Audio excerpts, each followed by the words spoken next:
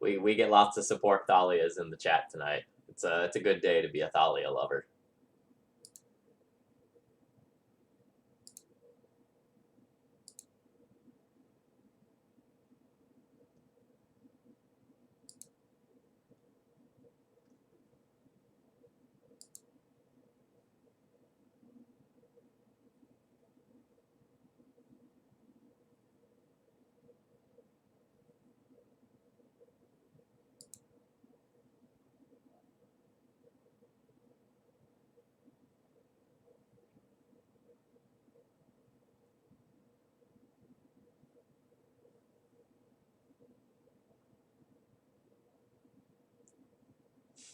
We are all Pro Tour winners on this most blessed day. Yeah, TG Hondo. What a top four there, right? Like two copies of Death and Taxes with very different builds as well. Very interesting event. For anyone who has not watched some of the top four coverage, it is really neat. There is a game where a D&T player beats triple Dread of Night. And I don't mean like 3 Dread of Nights in deck, I mean there are 3 Dread of Nights on the battlefield, and the D&T player won. It was super impressive. Goblin Lackey, you've been waiting so patiently for this. It's gonna be a fun night. I'm very excited.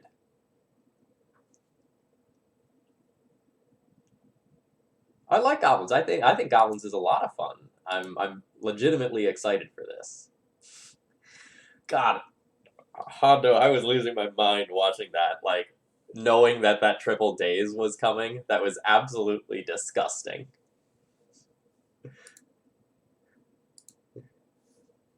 All right, good evening, everyone. My name's Phil Gallagher. I run Thraben University, and today we're not streaming with Death and Taxes, although it would be very appropriate given the recent Pro Tour results.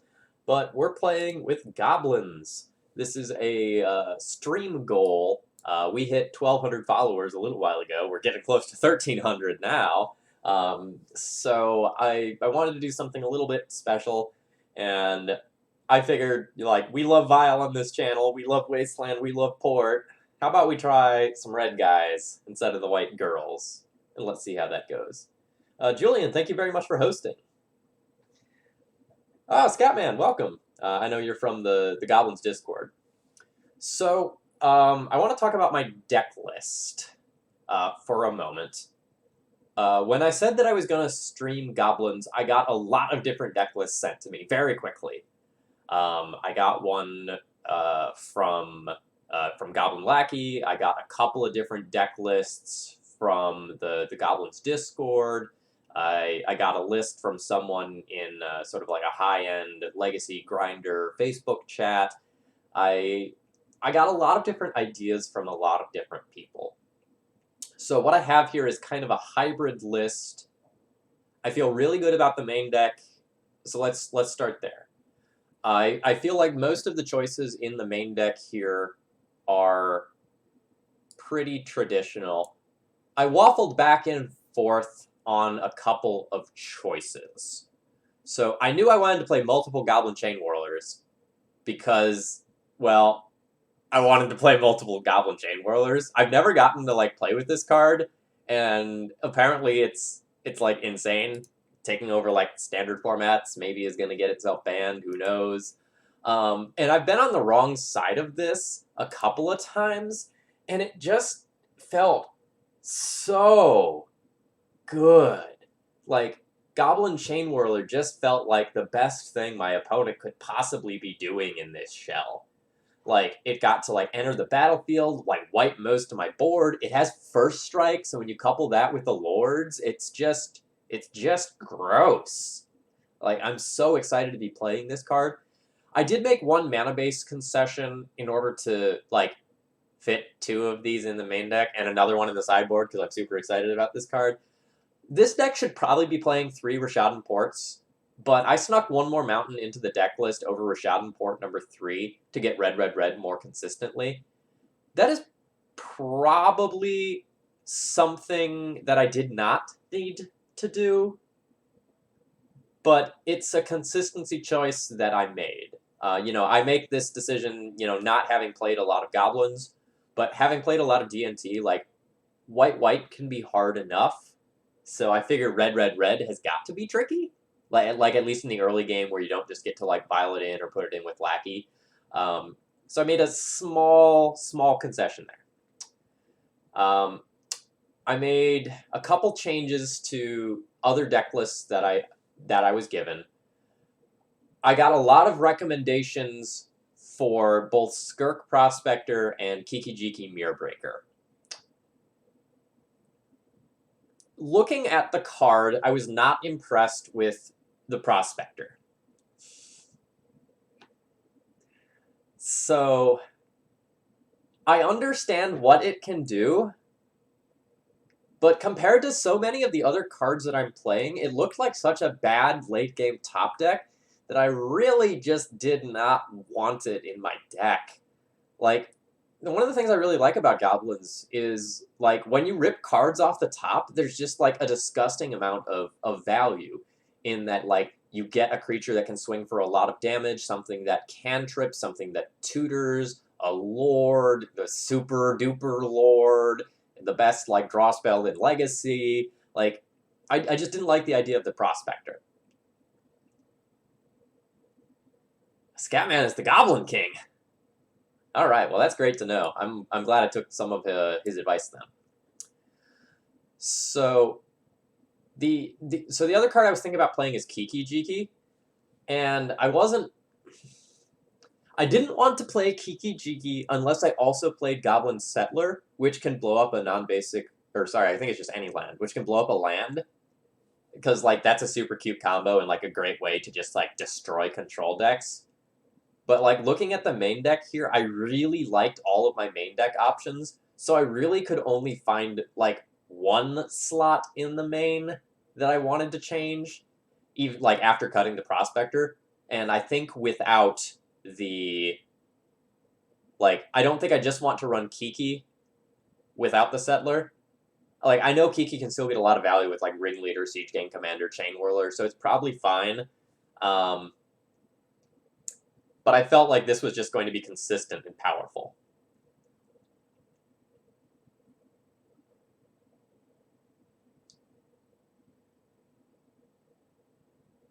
Yeah, so that was kind of my impression. Like, Kiki-Jiki is cool, and it can enable, like, some of the most busted things you could possibly do, but I didn't know if it was necessary, and so I cut it.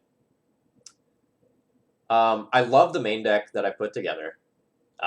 Again, not my own creation. I just kind of hybridized a few lists. I'm super excited to play Goblin Trashmaster. It's a Goblin Lord that's big. It's a 3/3 to start with, and you can also just, like, start spewing goblins at your opponent to destroy everything they love. So I'm really excited to play with this card. I imagine that it just, like, destroys the Death and Taxes matchup. I've only played against Goblins a few times post-banning, but every time I'm just, like, blind revoking Trashmaster. Like, it's so scary. So I see someone in chat not really liking the Tarfire. So the reason why I'm playing one Tarfire is purely as a Goblin Matron target. Like, this card exists for the time that I need to kill something with a limited amount of mana. Because when I have more mana to work with and I already have a good board, like Gem Palm Incinerator or even, like, Siege Gang Commander or Goblin Sharpshooter will just do better. But, like, this opens up early removal versus Delver when I don't already have a board. It opens up, like, taking out early Stone Forges, and it gives me, like, a 4-mana removal spell with Matron, right? Like, it gives me the option, like, on turn 4 to cast a Matron, get a Tarfire, kill something. So that's why it's there as a one-of. I did not want to run more than one, and Mog Fanatic was actually suggested to me, I think by Goblin Lackey, as something to try in place of another Tarfire.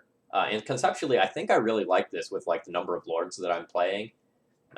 It just seems like good value. And even if this just, like, gets in a couple of pokes and then kills something like a Mom or a Flicker Wisp or something like that, that seems great.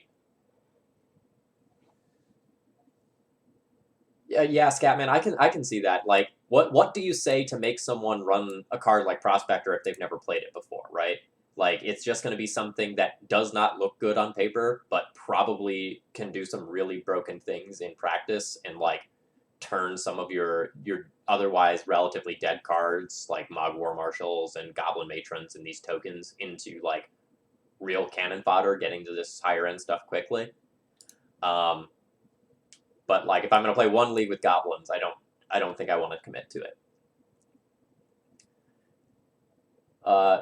So Keelstorn, yes, I'm playing 2 main deck Chain Whirlers. I think that card's sweet, and I put a 3rd in the sideboard because I think it's sweet. And Hellclan, I have submitted my application for partner, so I met all of the requirements, and we'll see if I get approved. I should know probably within the next 2 or 3 days. I submitted my application very, very late on Wednesday night. I expect to know sometime between Tuesday and Thursday. We'll see. Skirk plus War Chief turns Mog War Marshal into Dark Ritual. That's my argument. I mean, that's a pretty good argument. Okay, so looking at the sideboard. So, yeah, Hellclan, it was a very unfortunate rounding error where, like, after one of my streams, I ended up with, like, 74.7 people and it didn't round up. It was super tilting. Because I got the achievement for hitting, like, 75 average viewers, but it wouldn't let me submit my partner application because of the rounding. And then, like, Julian hosted me after the Legacy Premier League for, like, 200 people, and that was that. Okay, so looking at the sideboard, based on my research, there's not really a good consensus Goblin sideboard right now. It's the sort of thing where you go and you pick the battles that you want to fight, and you build your sideboard appropriately. So, like, looking at what I have here, let's talk about what I've decided to fight. Generally speaking, there's about 9 cards that are going towards unfair matchups. And these tend to be some number of graveyard hate cards and then some number of combo hate cards. And you need to pick which decks you want to try to fight. So for example, instead of ley lines, you can run a split of things like Surgicals and Fairies and more Relic of Progenitus. Relic of Progenitus is really more of a mid-range graveyard hate card, so it's really good against, like, say, Rug Delver, whereas it's okay against something like Reanimator.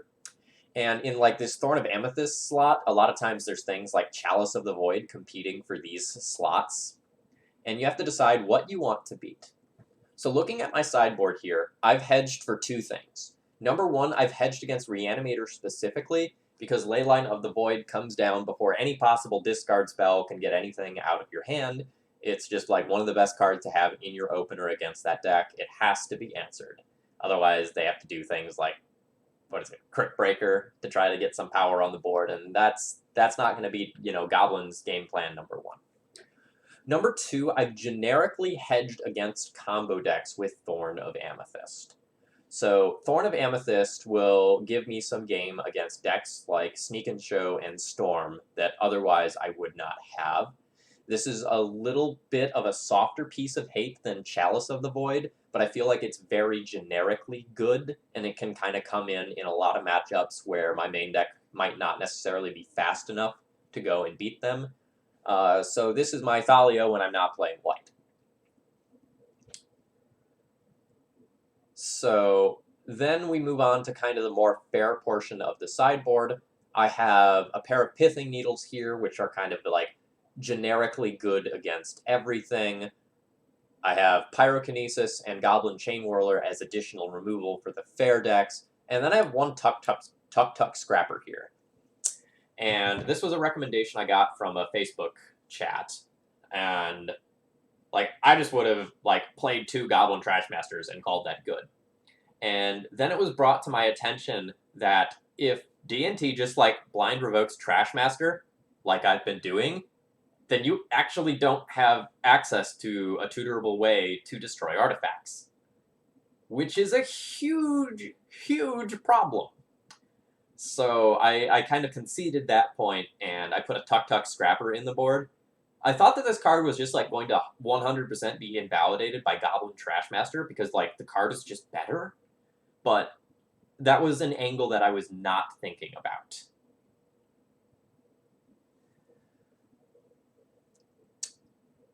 So there were other options recommended to me that I should probably touch on. There were some really interesting sneak and show options presented to me. I think it was by White Faces actually, who suggested Monkey Cage and Confusion in the ranks to just like absolutely crap on the sneak and show matchup and get some like funny clips if like I actually got paired against it. And the other thing I was thinking about playing was a Braid. I kind of like a Braid, and I really wanted to fit one into my list. And then I sat down and I was asking myself, like, what would I do to play in a Braid? And the answer was I should cut the third Goblin Chain Whirler. And then I said to myself, Phil, you know you can't cut that Chain Whirler. And so I didn't play in a Braid. It's very, very possible that I should just like run a Braid over Tuk Scrapper, but I think I like having the utility of this card. Alright, so what does Goblin Lackey say here? I've explained this before, but you're gonna matron up Trash, he gets needled, then you matron up Tuk. That's so much mana to handle the stupid needle, so many resources. That's probably true. Yeah, so like I don't have experience, like a ton of experience playing this deck. Like I haven't played it in well over a year. Like I've played this at a kitchen table. That's about it. So I don't know like to what extent being tutorable by matron matters more than like being early interaction versus Delver and another flexible option versus D&T. All right, I think I've said everything that I want to say about this deck. So let's just like get into some games here.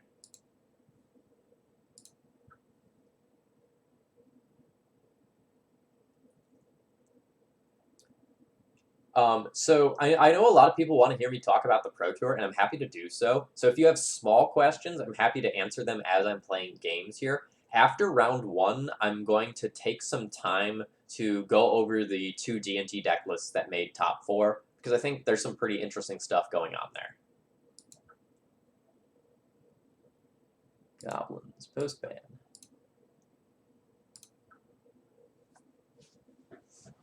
Let's play against Ventreless Miracles 5 times in 5-0.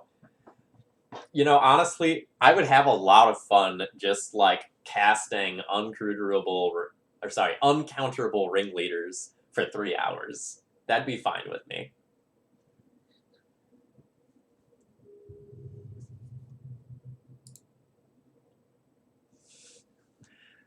Well, when will you win the Pro Tour? That's a good question, Julian. I think I just missed one, so I might have to wait a little while. So what does my hand do? My hand has a turn 2 play that just draws a card. Like I have mana, I have spell, but this hand's probably just a trap, right? Like it does not do anything. It doesn't have a vial. It does not have a goblin lackey. I don't have any early play. And it's not like this hand has, well, I guess via matron it does have access to ringleader. But I'm not impressed by this hand. Okay, I'm glad to hear someone in chat echoing my thoughts. Awkward slow hand, technically functional, classic Goblin Strap hand. Okay, that's kind of what I thought.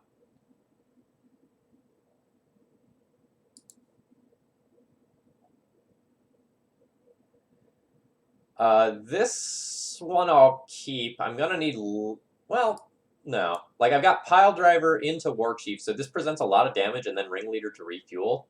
This is probably fine.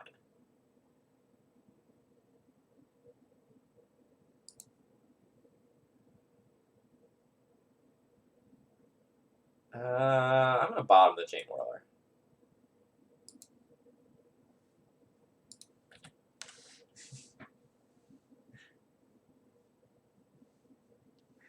Yeah, Julian, I'm so used to, like, keeping these, like, uber fair hands. Noble Hierarch. Alright.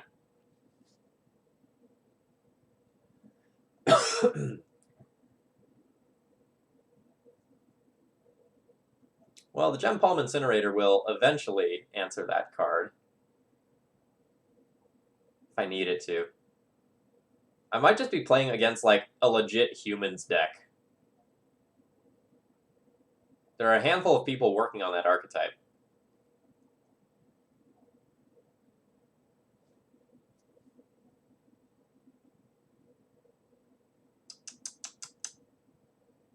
Maverick with a Cavern isn't, like, unprecedented either. I don't think I want to, like, waste here, but I think I want to lead on waste, so it's not clear what deck I'm playing.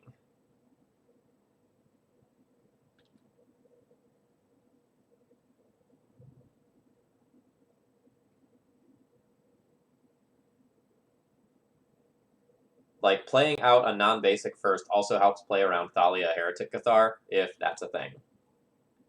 Which I don't see why it wouldn't be. Well, good thing I scried that Chain Whirler to the bottom. Opponent's board is probably going to get out of control.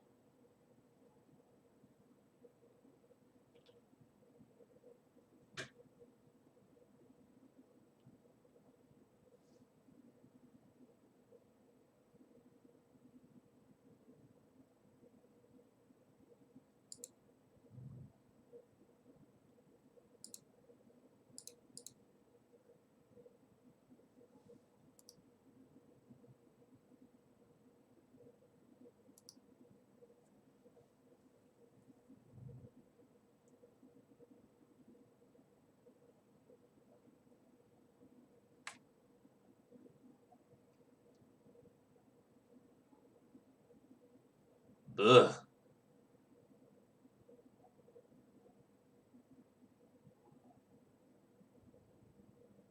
Haha! My Goblin's protection from blue! That's adorable.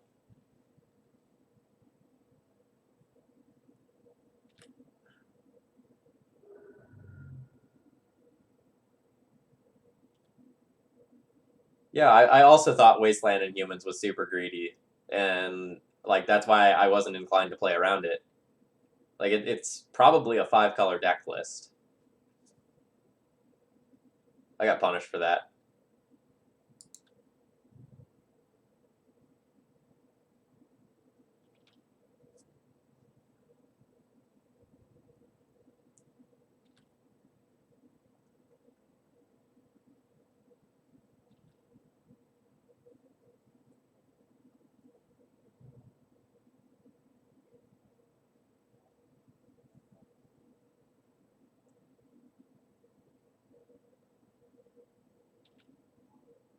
Alright, what will you name with your Meddling Mage?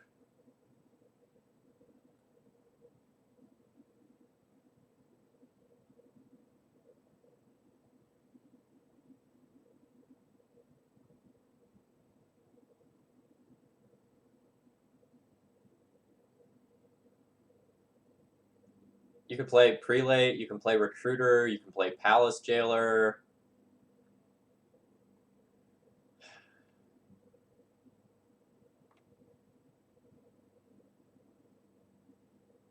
Well, I do have the Goblin War Chief, so that's a little unfortunate.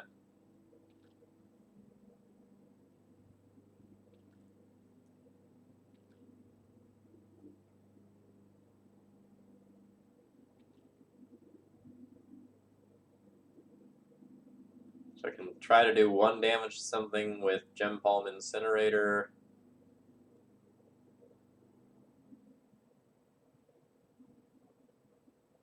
I probably just need to, like, cycle this and try to get something to do next turn. Like, a Mog War Marshal would be great to buy time.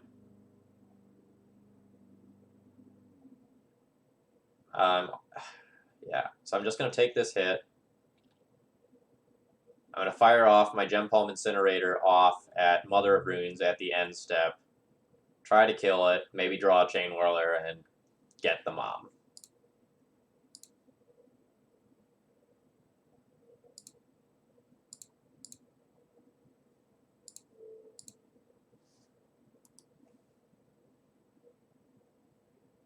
Basic planes. There's hope. There's still one, right? If there's still one in the deck, we can draw it. Okay, so I can Goblin Matron. So there's that. I can Matron for a Chain Whirler, but at this stage, that doesn't really do a ton.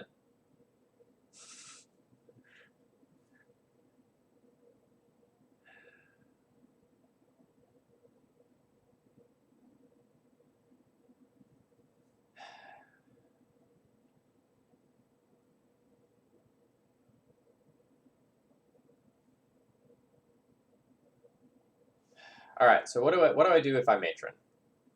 I don't know my deck list. If I Matron,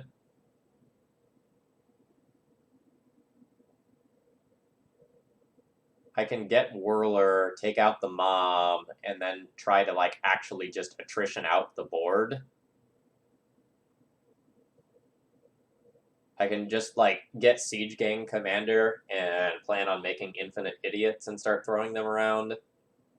Meddling Mage is on my War Chief.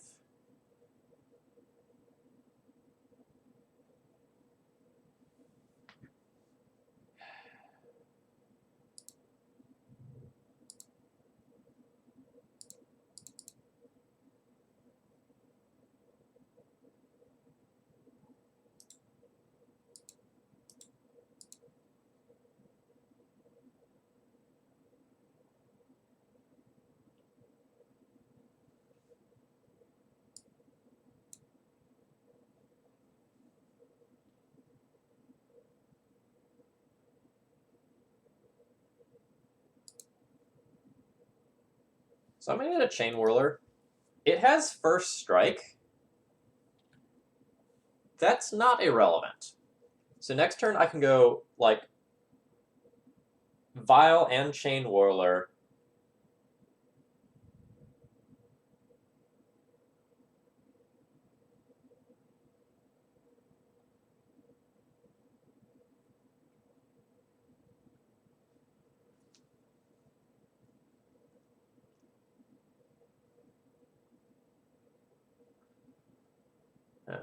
Alright, my opponent has realized what they can do.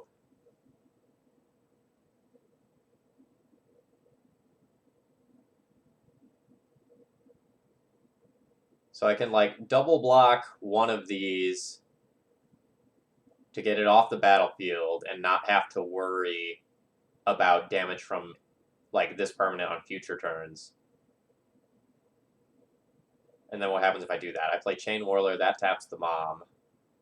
And then, no, then those things are walled anyway by Chain Whirler, so I don't need to do that. I should just chump and block.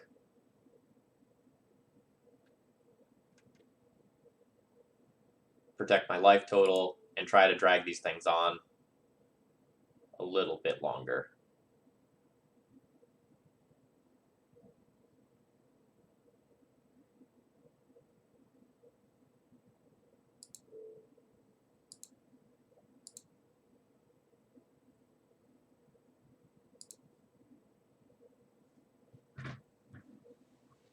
Yeah, white faces. I don't think I can just like take the hit from the Thalia's Lieutenant right there.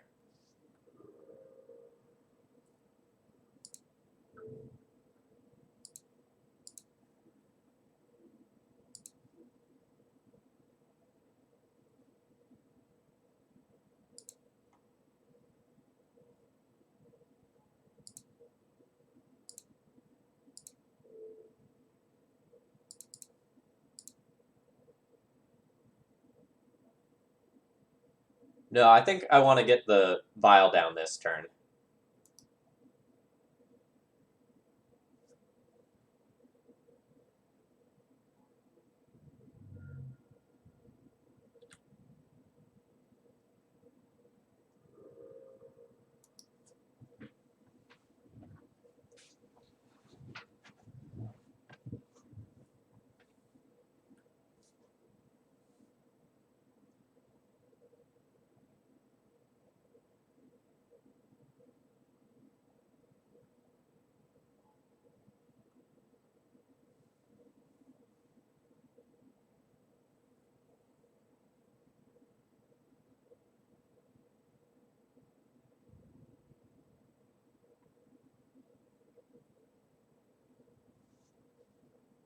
my opponent hits again on another meddling mage, I'm going to cover up my hand.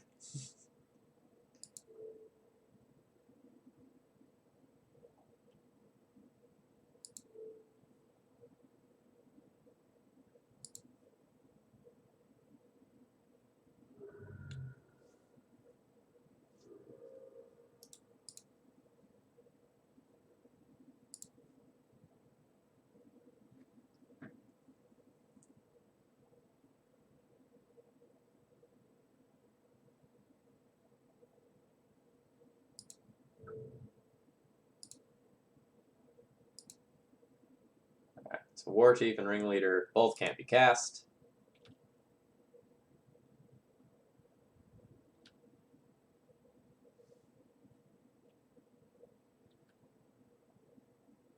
And Pyrokinesis is going to feel really good against this deck.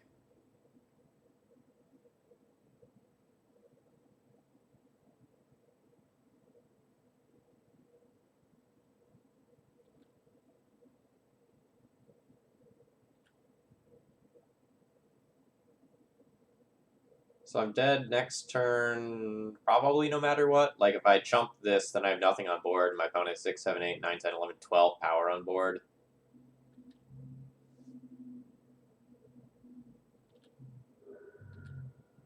Yeah, I thought the War Chief name was pretty weird initially. And then they all thought, like, the Ringleader name makes a lot of sense. Like, I get that one, but the initial name was weird.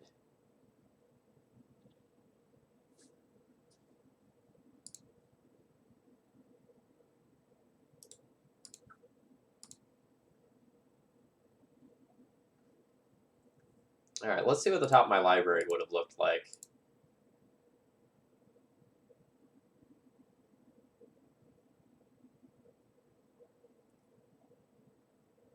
So last turn, if I would have cast Ringleader,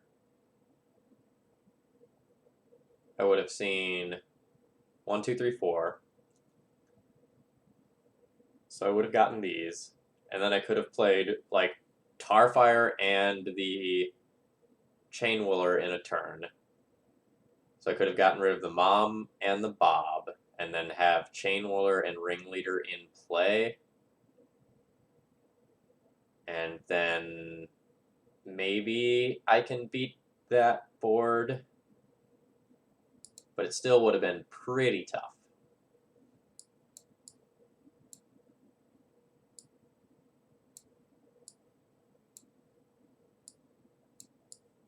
So these are the cards I'm probably bringing in, and these are something that I can consider, because I can Pithing Needle Aether Vial.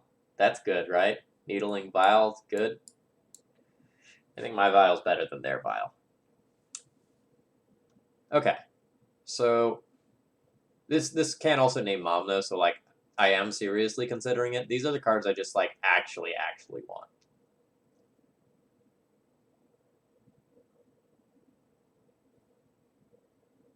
In the research I was doing, a lot of the lists didn't actually play 4 anymore. Like, there's more stuff that you want to jam into the main deck, so there's not just, like, a bunch of free slots anymore. Alright. So, I don't know where exactly to start with trimming in this deck, because I haven't played it a ton. This might be too narrow, and I just want Trash Master, as opposed to the D&T matchup where they have more artifacts. So I probably just want, like, 3 cards. Sting Scourger is probably awkward. My War Marshal would have been a beast that game, but I don't know if I need infinite copies of it. I could probably trim one of those safely. And then maybe trim a Pile Driver. Maybe trim 2 Pile Drivers and keep the other War Marshal. Like, chump blocking a big idiot does matter. Let's do that. Mog War Marshal is really good. Okay. I don't think I want to cut any lackeys when I'm on the play.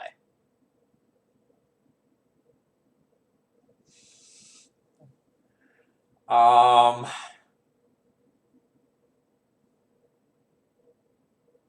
um, I keep this, right? Like, I just keep this, and I maybe don't even like play out the Mog Fanatic. I just keep it as pyrokinesis fodder, and if my opponent plays a Mom, then I'll play this out to trade with that. But otherwise, like, I just plan on ripping my opponent with pyrokinesis. I'm keeping this.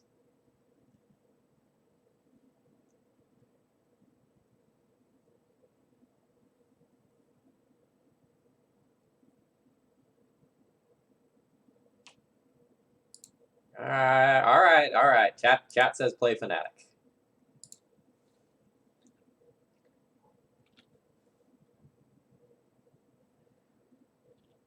I don't know if like playing Fanatic so that I can just like port forever is better than. Yeah, that's annoying.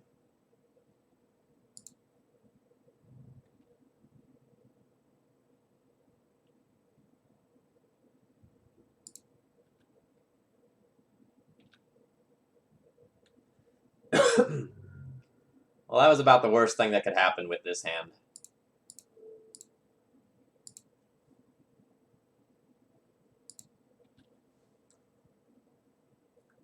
But like, I'm very clearly the aggressor now.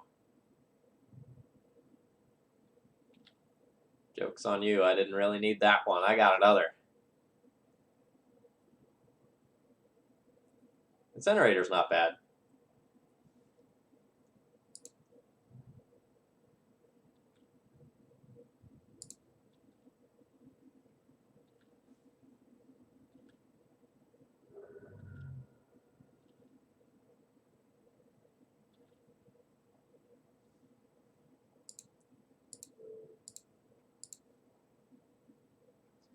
Incinerator's probably pyrokinesis fodder, though.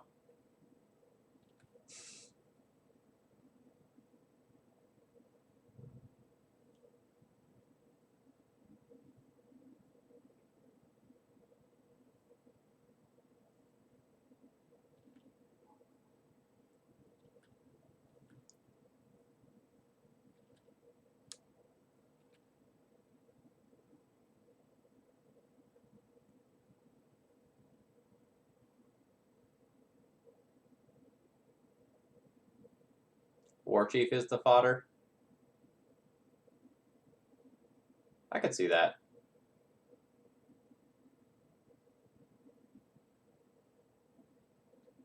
So I can attack with this Fanatic. If my opponent vials something in an attempt to block, I just nug the Champion of the Parish in response.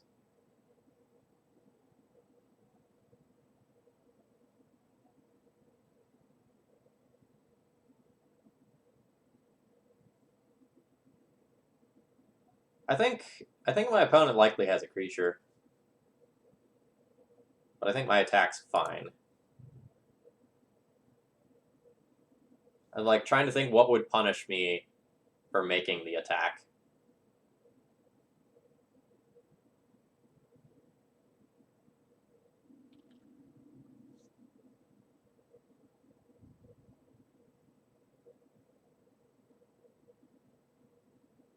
I guess I like lose the opportunity to just like block with this idiot and then throw it somewhere.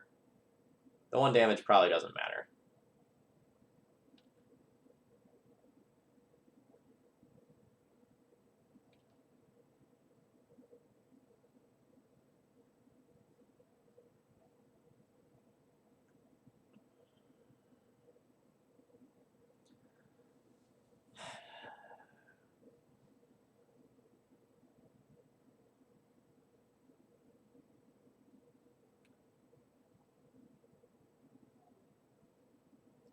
Why is Upkeep Gem Palm good? Like, they most certainly have a 2-drop, right?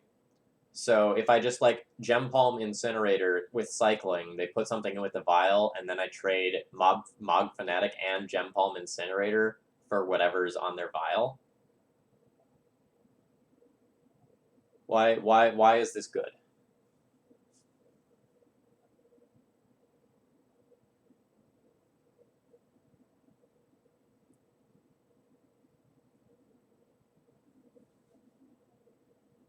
No, I'm pretty sure they have a 2, and they're just like trying to play around the onboard Mog Fanatic, right? I think they have a 2-drop.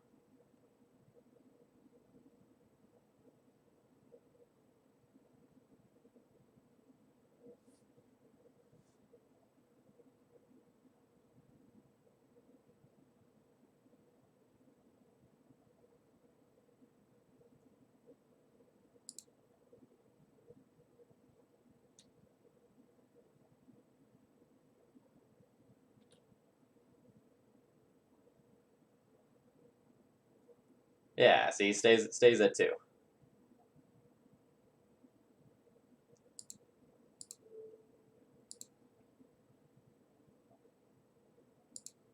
I'm just gonna continue to restrict some mana here. I don't want my opponent playing multiple things. One a turn off Vial is bad enough.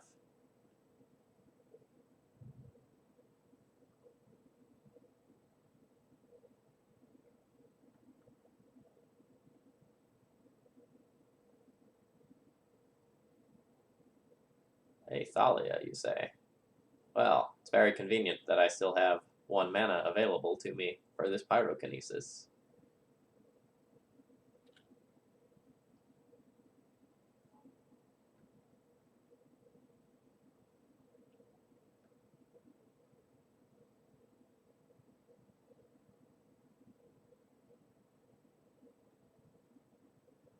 So I think I'm going to try to set up for a sweet blowout here. Let's try to get rid of this. And then my opponent will Vial something in. Yep.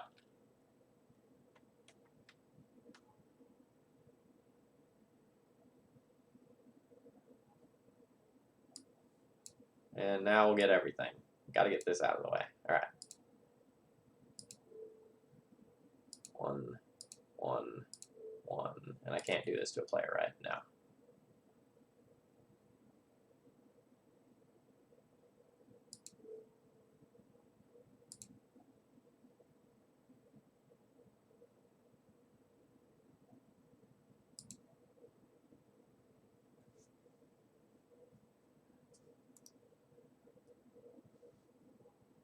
Sweet.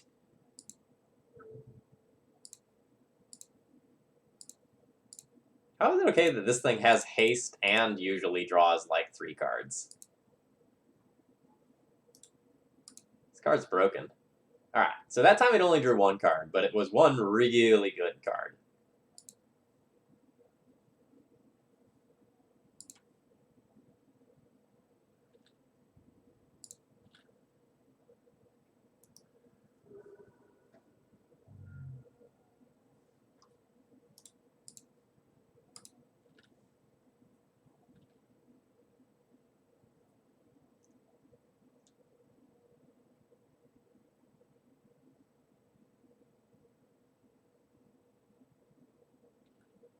Hello, Bob.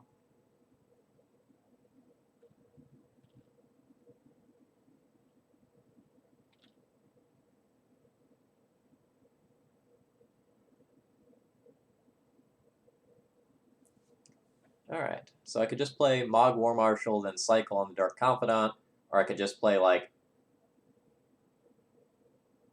So I think I kind of like playing Goblin Trashmaster this turn, and getting rid of that Vial.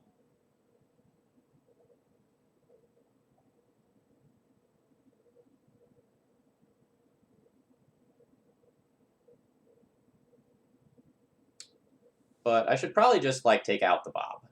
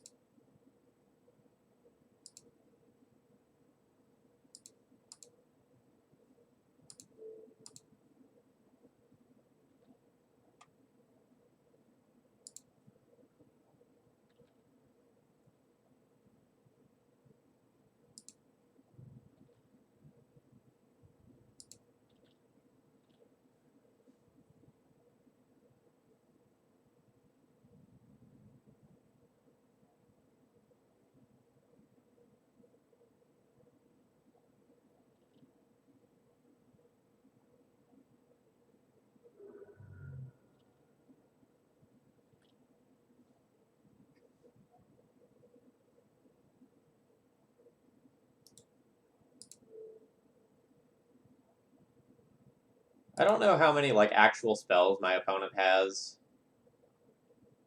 but I assume Wastelanding is still annoying.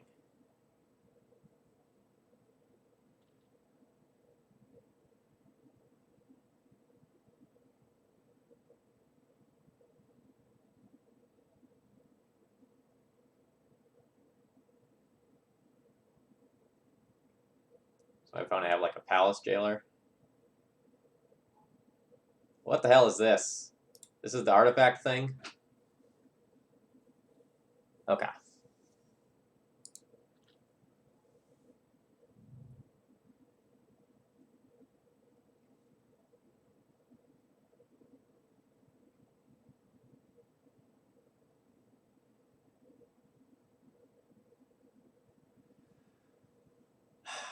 So I could Pyrokinesis and kill like Lieutenant plus Brea. But I think I just like Trash Master and start mowing down the artifacts instead.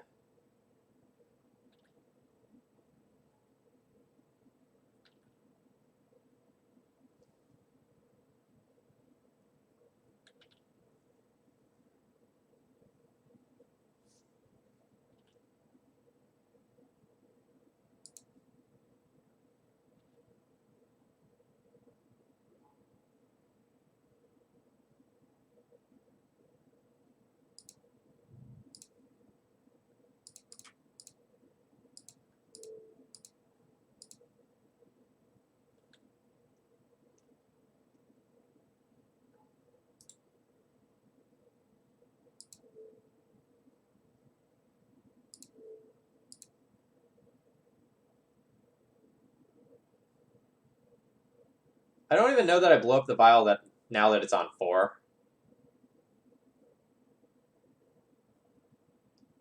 I think I call that good enough.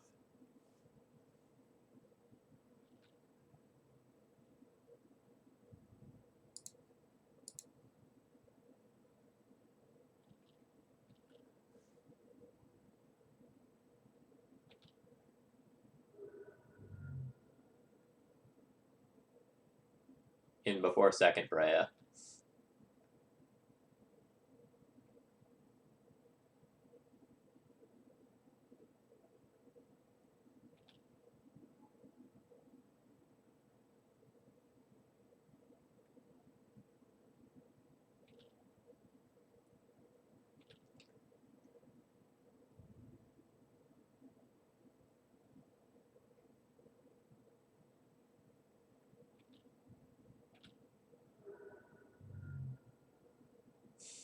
Lol.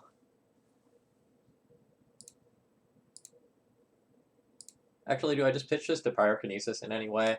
I can get rid of both Thalia and Thalia's Lieutenant right now. That might just be better. Like, pitch both of these, bash in for 8. Yeah, opponent probably doesn't have another 4-drop. Let's just do that. 3 and 1. Okay. Exile that.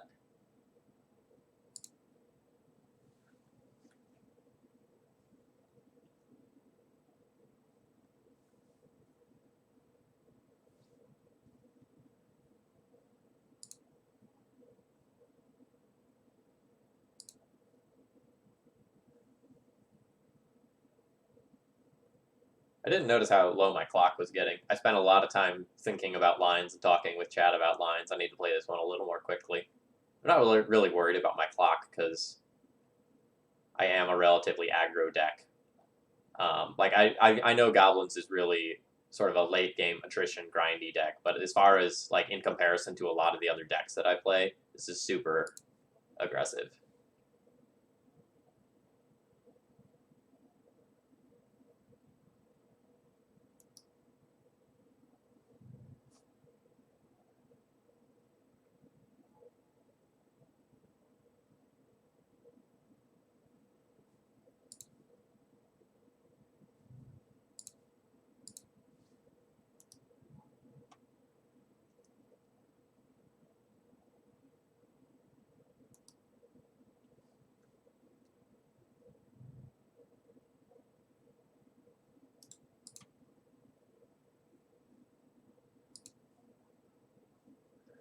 Pyrokinesis is sweet. Great safety net.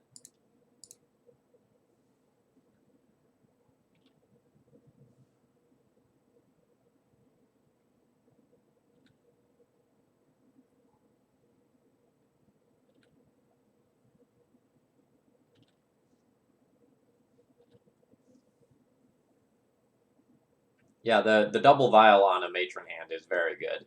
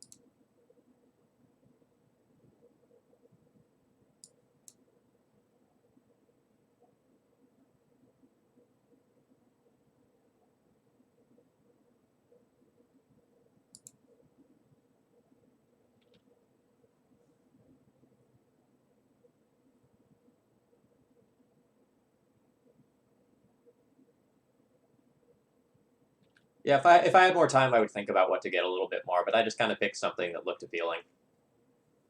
Like Sharpshooter with haste on the next turn seems good.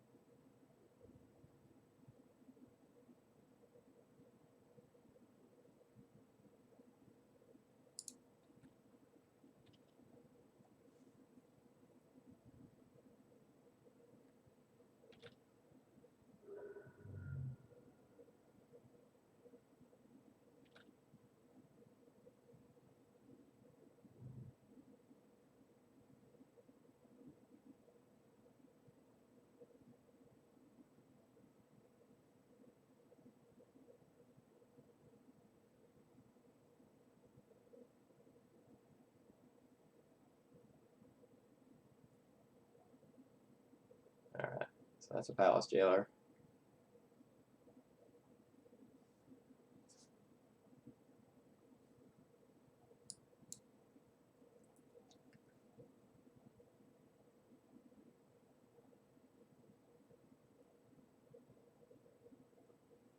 The fact that they have a vial on 4 and are hard casting Palace Jailer is a little bit concerning.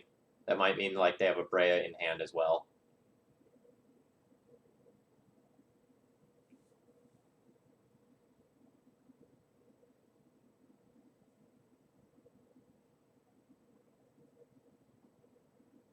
Alright, so they're just trying to get rid of my War Chief here.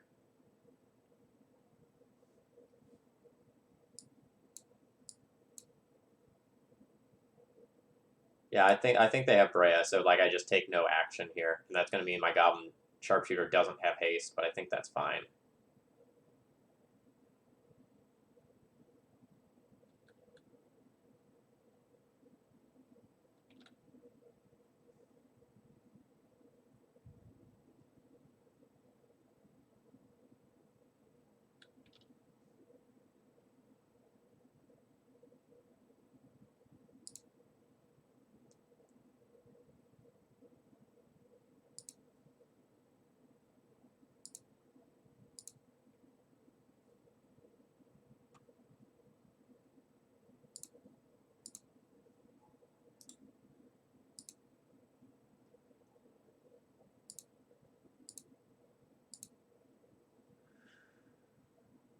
All right. Well, Chain War is sweet.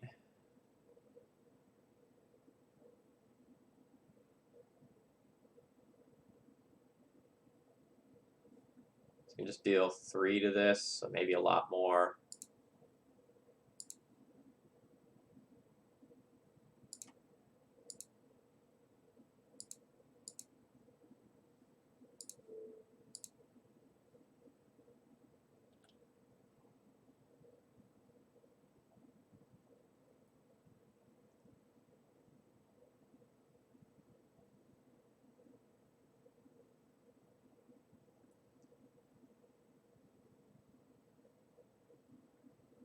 Yes, the Monarch stuff is only actual combat damage. That is correct.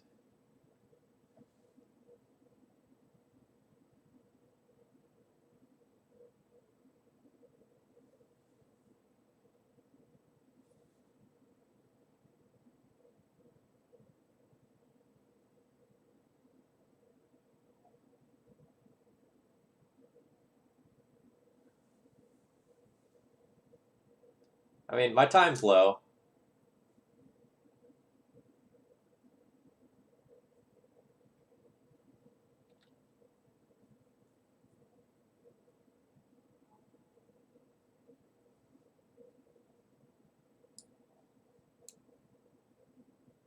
Targets. I see.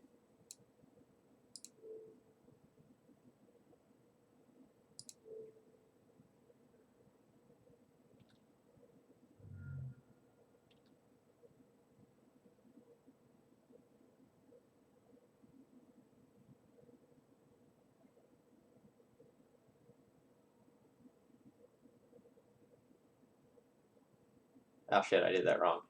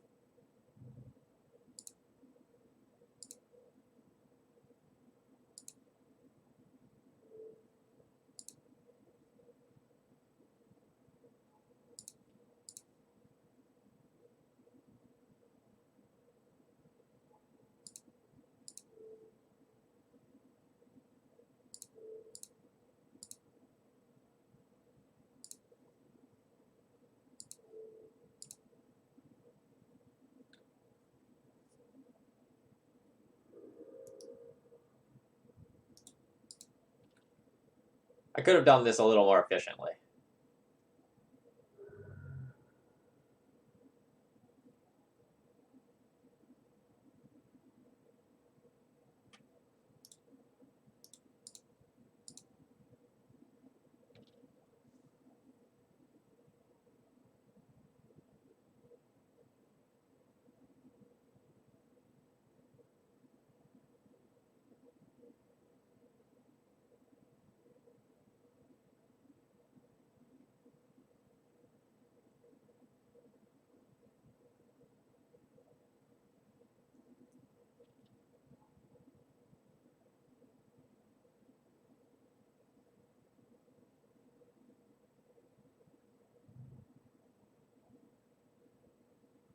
Oh yeah, we have the opponent very, very, very dead with Siege Gang.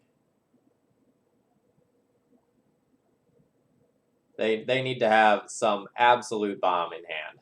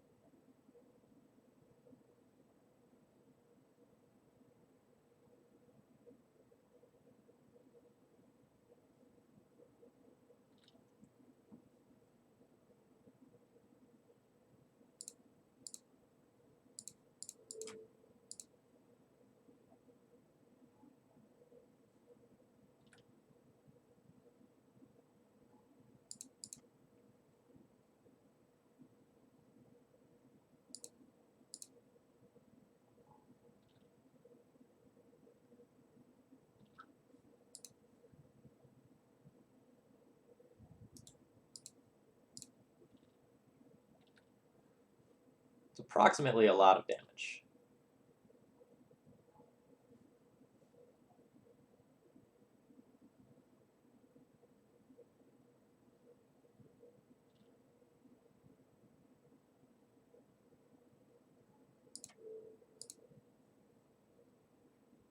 Oops.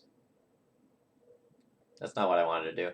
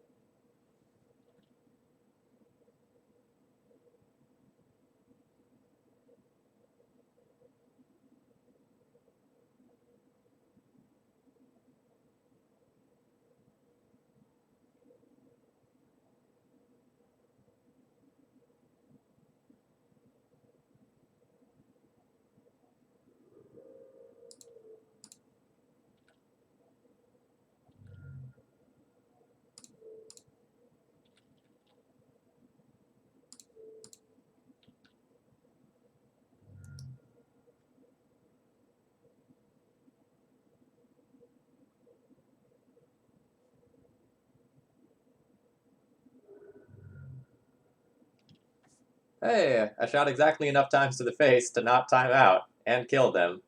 Neat. I mean, like, to be fair, like, the timer running that low is 100% on me. This is the first time I played this deck with, like, so many of the new cards. I haven't played this deck in years. I don't have a lot of the sequencing innate, so I was looking to the chat for a lot of answers to, like, how should I go about doing things. So that's on me. Like, the win there could have been much easier if I had one more minute on the clock and I could have done things a little more accurately. Gutshot the Bob, thank you very much for subscribing. I appreciated your support. Yeah, like, I was kind of pooping all over myself in that last turn there, and it just didn't matter because, like, I had produced so much power, right? Like, that was basically just, like, one-shotting my opponent. Like, there's a lot of raw power to Goblins there. How about we go, you played okay for the time. Let's go with okay. All right, sorry about that. So I promised I'd talk a little bit about some of the deck lists here from the Pro Tour.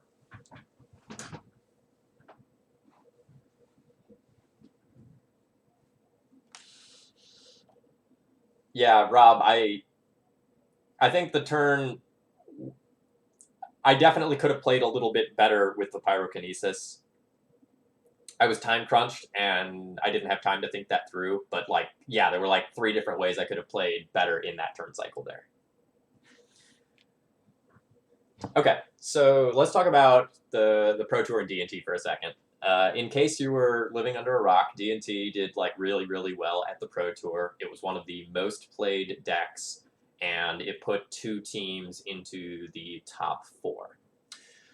So I want to go ahead and just kind of, like, briefly walk through the deck lists and kind of show you some of the things that people were thinking about. So the first list here is Marcio Carvalho's list. And if you just kind of look at some of the main deck here, I think it's very clear that there is an emphasis on raw power in this main deck here, right? Well, we'll talk about no Brightlings in a minute. I have a theory about that. I'm going to try to reach out to these 2 on Twitter to confirm my theory. So, like, there's 2 Palace Jailers, 2 Prelates, 2 Avengers here, and only 1 Recruiter. So what this deck list was trying to do is get a lot of free wins. Like, if you're playing these Jailers and these Prelates, then it is your goal to, like, try to slam one of those and ride it to victory. So, like, to me, it looks like Marcio here is trying to leverage some of the most powerful cards in the deck. But what I don't like about this is that he's playing these, like, awesome, powerful cards that are tutorable with only one way to tutor for them. So he's just, like, more naturally trying to go and draw the cards that he needs for certain matchups. But in doing so, this has a lot of ramifications for the sideboard. A lot of D&T sideboards as of late are super toolboxy with a lot of very powerful one-ofs, like, say, Leon and Relic Warder. This list does not really get access to that in playing only one recruiter. So I think this deck loses a little bit of its endgame by not having multiple recruiters. Like, my list usually has 3 in the 75, and so I don't love that about this deck, but I can see what they're doing. And, like, since there's a heavier emphasis on humans than many other versions of this deck with, like, the prelates and the jailers, Marcio has opted for Cavern of Souls again, which is a card that I don't know is, like, particularly well positioned right now. Like, I can see wanting to play it, but I'm not overly sold that it's just, like, better than a Plains right now.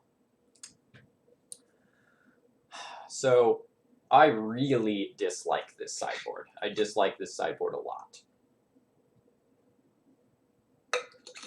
So we have 2, 4, 6, 8 Graveyard Hate cards in the sideboard of this deck. That's a lot. That is much, much more than D&T historically plays. And, like, yes, I understand that some of these cards are overlapping for lots of matchups, like especially Rest in Peace and Containment Priest. But this seems like a man who built his deck expecting Black-Red Tournament to be, like, the absolute best thing in the room. And the Moto results had pretty clearly indicated that Red-Black Reanimator was not the best thing that you could be doing. Like, E.W. Landon is still obviously crushing with it, but, like, people playing so much Graveyard Hate had kept the Graveyard Hate the Graveyard decks in check. So I think he played too scared of Reanimator. That's my opinion. Because, like, I think everyone going to the Pro Tour would have respected that deck.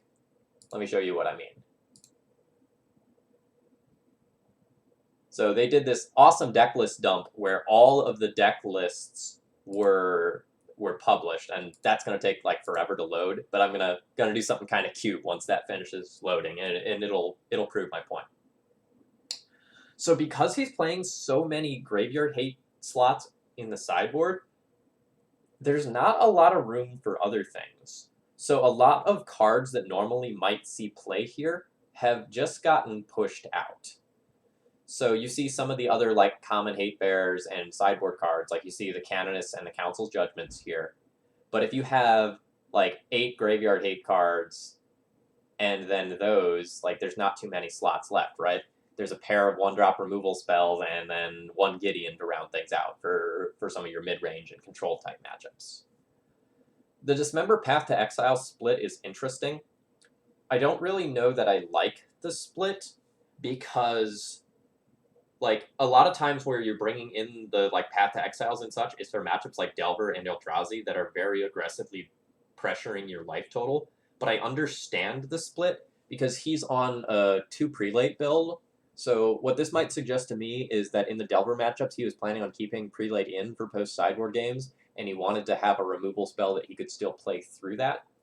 Or alternatively, this is something that is meant to go and get paired with the Eldrazi matchup, where they might play Chalice of the Void on one, and then all of a sudden you can't use your removal spells. So that's kind of some of my thoughts here. Okay, so these deck lists are now up. So let's take a quick check. Let's see how many different decks are playing Surgical Extraction.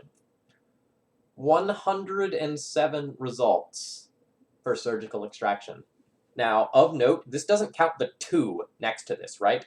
This is 107 different copies of Surgical Extraction in different decks. And many of them are going to be playing 2 or 3 of them. So the Pro Tour was very, like, these pros are very respectful of the graveyard-based decks. And so I think, like, going this deep on Graveyard Hate doesn't make a lot of sense. You know, obviously I can't argue with the results. It was very good. But I think there was too much fear of graveyard decks here, and some of the spots might have been spent better elsewhere. One other thing to say is that it's kind of disappointing to see, like, some of the well-known D&T tech being ignored. Like, your deck is just strictly better if you do a, like, 5-5 split of planes versus 10 planes here, and that's, like, super well-known, super well-published tech, and to, like, not see that in every Pro Tour D&T deck list is super disappointing, in my opinion. Like, you're just, like, leaving marginal value on the table. Yeah. Basic Planes, chat just wants to know what I have to say. They can yell at me and tell me I'm wrong in a minute. In before they say, well, Thomas Enevoldson didn't split his lands. My statement stands. Okay, so let's look at Alan Wu's deck list now. This deck list is one that I liked a lot more. There are still some interesting decisions here. Yes, the split is just for Miracles, or any other card playing.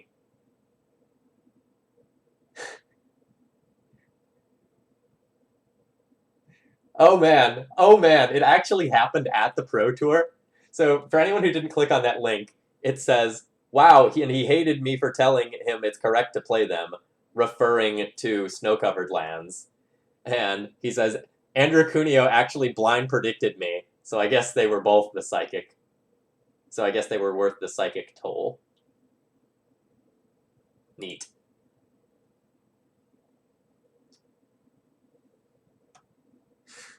Okay, so let's talk about this deck list in just a minute, and then I'll talk about the Brightlings. I have a theory on that, and I'm hoping to message both of those players and just, like, ask, because I'm pretty sure I know what happened. It's one of two things.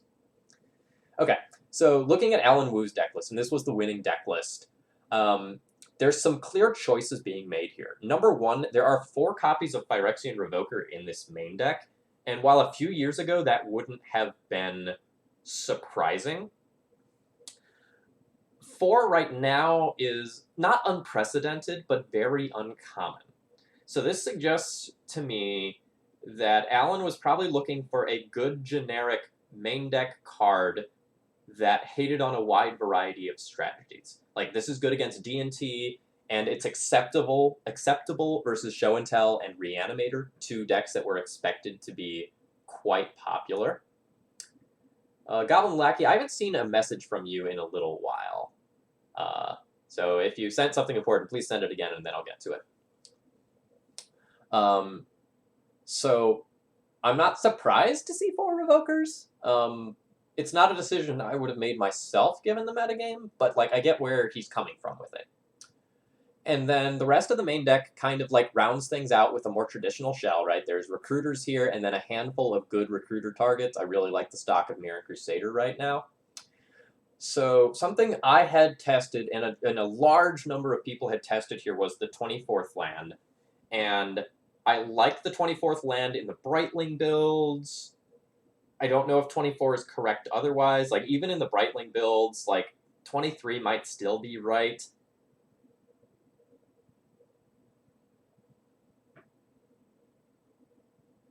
Okay, Galmaraki, I'm going to read that in just a second. Okay, so 23 lands might still be right, I'm not sure.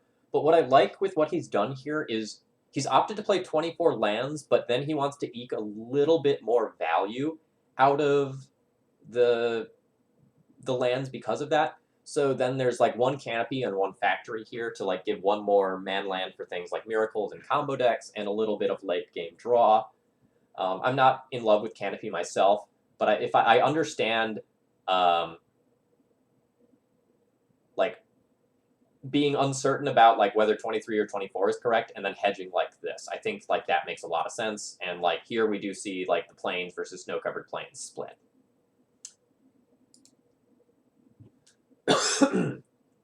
Okay, sorry, got like I'm just gonna skim over this real quick.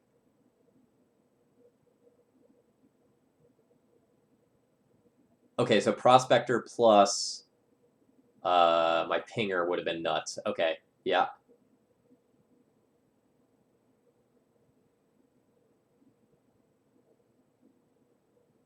Okay, yeah, so like Goblin Sharpshooter plus Prospector induces weird math where you can go and look at your opponent's life total versus the number of goblins you have, like make an alpha strike and then go and kill everything. Okay, yeah, I can kind of see that. Okay. So looking at the sideboard of this deck then, this is just a good, solid sideboard, right? Like, I like this. The 3 Rest in Peace indicates respect for fair Graveyard Hate decks. Like, contrasting this with Marcio's list, like, there's fairies and surgicals here that indicate, like, specifically targeting Black-Red Reanimator. Whereas Alan's list is still playing a fairy as a tutor target for the recruiters, but then otherwise opts for the slower Rest in Peace. And this is going to be, you know, having the 3rd copy of this is just going to be like so insane versus things like Rug Delver, where you just go and completely shut them out of the game. Otherwise, most of what's here is pretty stock. Since he's not going overboard on Graveyard Hate, there's more room for things like, you know, additional copies of Gideon, the Relic Order as a tutor target, and then the Walking Ballista. So for anyone who watched last week on the Legacy Premier League, we had Malamujo playing with a copy of this in his main deck, actually. And this is a card that people have started to consider for D&T.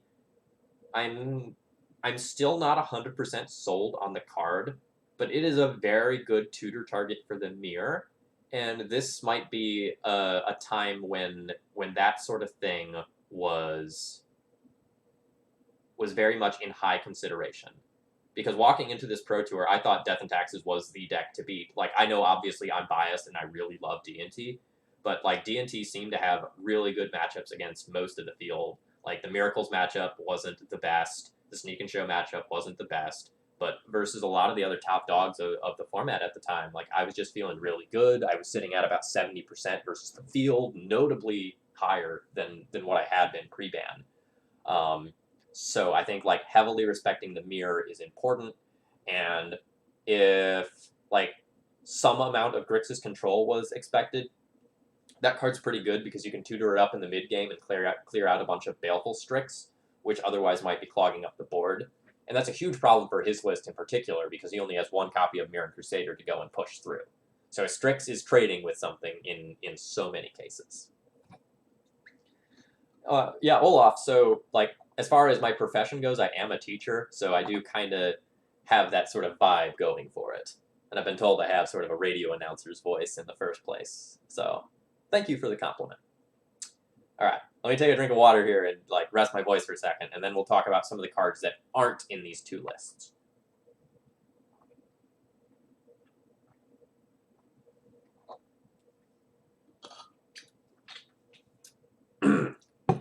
Okay, so immediately after the okay, yeah, Gutshot the Bob. Yeah, Ballista exiles bridges for free too.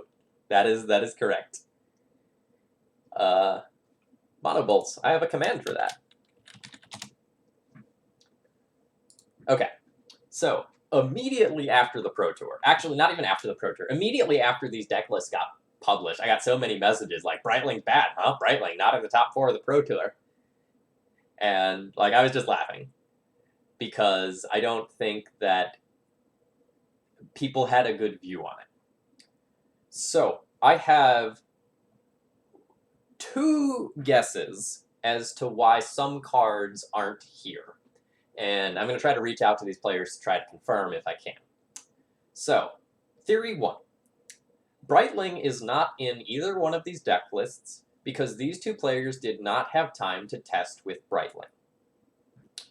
the community is very, very divided on Breitling right now. And if you are a pro and you are trying to gather data, and you hear like divided community comments on a card, that may not make you take strong faith in that card. So if their testing time is limited and they want to try to lock in on a rough deck list early and then refine that specific deck list for the matchups that they wanted, then it makes sense to not test some of the newer cards. I suspect that is probably what happened with both Breitling and Remorseful Cleric. Like, looking at Marcio's deck list here, he's so afraid of Red-Black Reanimator that he's playing 8 Graveyard Hate spells. But if that's the case, why is there not just, like, a Remorseful Cleric in the main deck to help the, like, game 1 percentage against those sorts of deck that he... Sorry, let me start the thought over. If he's so afraid of these graveyard decks that he wants to play 8 sideboard hate cards for them, then why not hedge and put some hate in the main deck? Like, maybe that works against his plan of only running 1 Recruiter of the Guard, so it wouldn't actually be good there. But, like, that's sort of the thing that I'm talking about. So, like, I kind of wonder if, like, there was limited time to test, and so some of these cards that, like, still had not proven themselves had not gotten either, like, the time to be tested properly to include them in the deck, or they had been ruled out pretty early on. Yeah, sure, I can talk about a couple of jailers.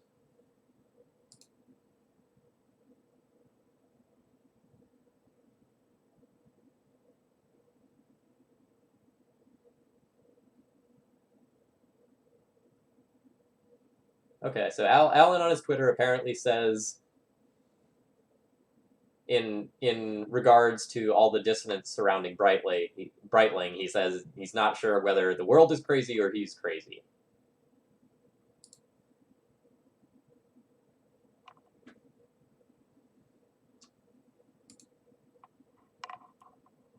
So, like, I can understand what people are saying in that, like, Breitling does not actively contribute to the plan that D&T is trying to do. That is, like, primarily like a mana denial deck. But at the same time, Breitling opens up so many doors and drastically warps so many matchups that I think that's fine.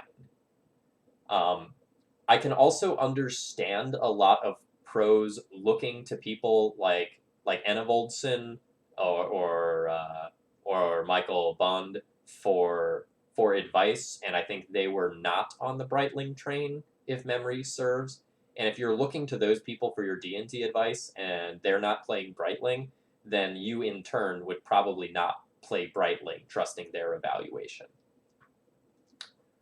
So, reason number 2 why I might suspect that Breitling didn't see a lot of play at the Pro Tour, and like many D&T decks still played it, I think it was 4 out of 12 if memory serves, something like that. Reason number 2 Breitling might not have seen a lot of play is that it may not have been the best card for the anticipated metagame there. So while it might not have been obvious at the time to outsiders, for the people on the Pro Tour circuit, it was very clear that Blue-Black Death Shadow was going to be one of the decks to beat of the tournament. And, like, there were a lot of players who showed up with that deck. If you know that Shadow is going to be one of the decks to beat, Mirran Crusader is just a better beater for that matchup than Breitling is. Breitling is so amazing against Red Prison, Miracles, and Rug Delver. But if instead the mix you were looking to beat was Grixis Control and Blue-Black Shadow, then it 100% makes more sense to play Mirran Crusader over Breitling, right? So let me see if I have the metagame breakdown bookmarked still. I don't. But like there were something like 15 Grixis control decks at the Pro Tour or something like that. So it was a very, very popular choice, even though it didn't convert well into like top 32 or whatever. But like, if you're expecting a bunch of Grixis control as one of the best decks, Blue-Black Shadow as one of the best decks, and a lot of like Turbo Gurmag Angler, then I can totally see opting for Mirran Crusader for that event over Red Prism. Oh, 20-ish copies. Okay. Yeah, so Echo, that's a good point as well, right? Like, the Pro Tour is not the same as a Grand Prix in many regards, right? At a Pro Tour, you're really gunning to beat the top 3 or 4 decks, right? Overwhelmingly so. And most people are playing safe choices. You don't have to run into the handful of people who are going to be playing things like Burn and Dredge that might not be like safe choices overall. You have people playing much more conservative choices with their deck choices. So like you can expect to see more things like, you know, Miracles and Grixis Control that have like lots of cantrips stapling them together, lots of options, lots of decision points. Oh yeah, Rug. Mirran Crusader is awesome against Rug. I think Brightling is largely better in many, many, many scenarios in that matchup. But like when on for the times they don't have a lightning bolt, Crusader is just bonkers against Rug Delver. Like it just like walls their entire team. And one of the reasons why I went to a split of Brightling and Crusader was actually for that matchup, so that I could have something that like can wall or attack through those things in addition to just going and gaining the life. So Crusader's great. Like, historically, D&T used to just, like, pound on Rug Delver with a combination of Serra Avenger and Mirran Crusader. So you don't have to get too fancy with your threats to beat up on Rug. Brightling's just silly there. Because, like, when you Violet in, you block a Mongoose, you pump it to a 2/4 and give it lifelink, you know, they wasted a turn of an attack, you gain 2 life, and then you, like, give it Vigilance, you know, lifelink, pump, hit him for 5, still leave a pump up. It's just, like, crazy how quickly you can turn the corner on some of those matchups.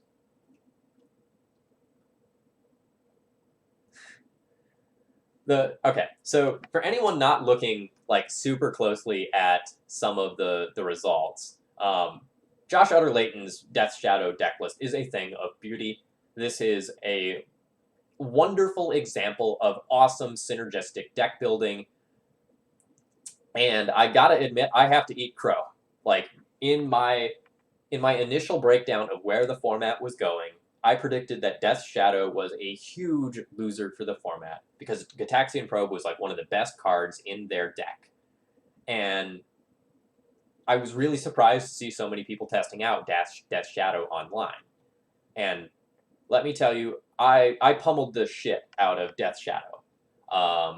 Prior to playing against this deck list, I had never lost against Death Shadow online. And I played a lot. I started out like 5-0 versus Death Shadow. And then yesterday I went 1-1 against this build. The reanimates are very powerful. Like, the ability to just like cycle Street Wraith reanimated on turn 1 and just like have another turn 1 3-power threat is crazy. And actually the best thing about this is not actually reanimating the cards in your deck, it's reanimating the cards in your opponent's deck. Because like a lot of the cards in your deck suck.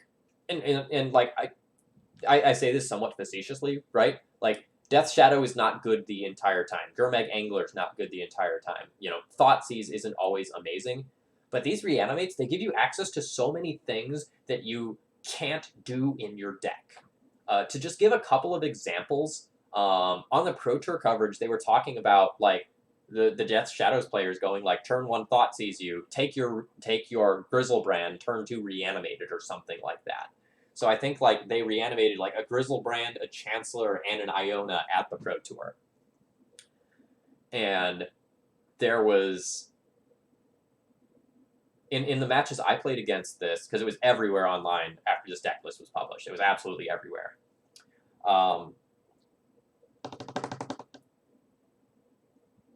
My opponent reanimated my Mother of Runes. That was terrifying, because then they had, like, Death Shadow backed by Mother of Runes. That was scary. And another time they just, like, reanimated my Recruiter of the Guard to go and get a Death's Shadow, or like they like reanimated my Flickerwisp to like blink my Vial and set me way back on tempo. There was a ton of just like super crazy plays that this reanimate enabled that like were just totally off the wall for Delver, and it made this deck so much harder to play against because you're not used to looking at your graveyard and going like, what can they take from this to screw me over right now? And that's a skill that I'm going to have to pick up in playing against this deck.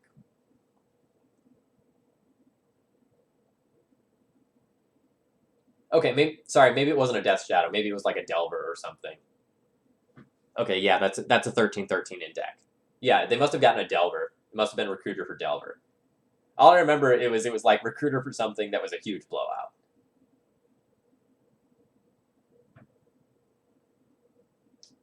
I won that. I think I won that game after I Flickerwisp my Recruiter back and then got like another Flickerwisp or something. But you know, you get the general idea there.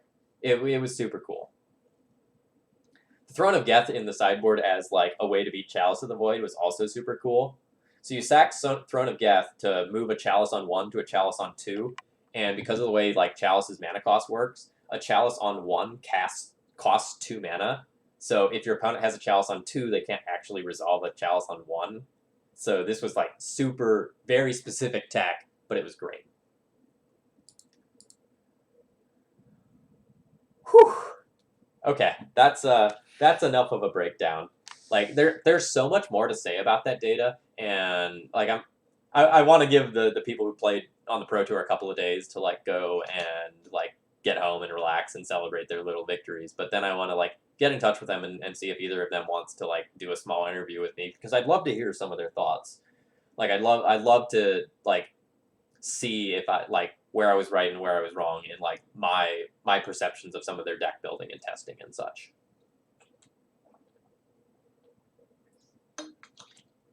Let's battle. Some of you came here for Goblins, and we're 1-0 currently, and I really enjoyed playing that last match. So for anyone who tuned in during the recap here of the Pro Tour, hello, my name's Phil Gallagher. I run Thraben University, and today we are playing with Legacy Goblins. The deck has a ton of play to it, a ton of decision points, and I'm going to be playing kind of slowly tonight. I'm not overly familiar with this deck. I've played it, at my kitchen table a couple of times, but beyond that, I'm used to doing other things with my vials. All right, so my no Brightling theory was that it was either due to sort of I'm going to keep this hand. It has a Goblin Lackey into like disgusting things.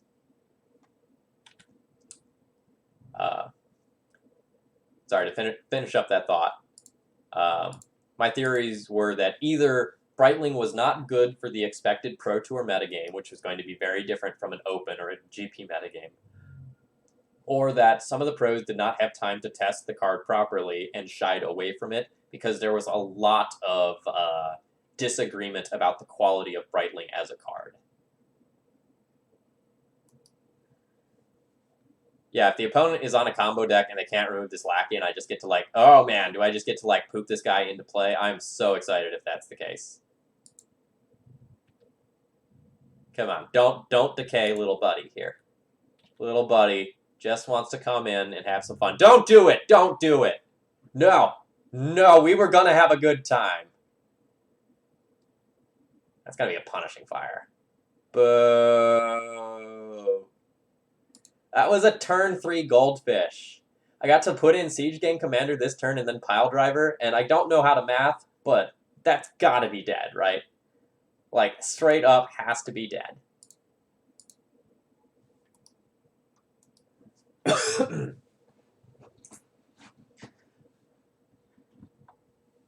Oh, come on! He just wanted to hurt people. Okay, so now I'm going to miss a land drop and this Lily's going to start eating me alive. That's very bad.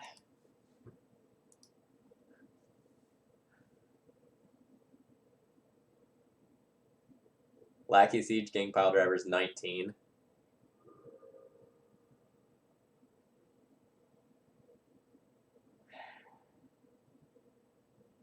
So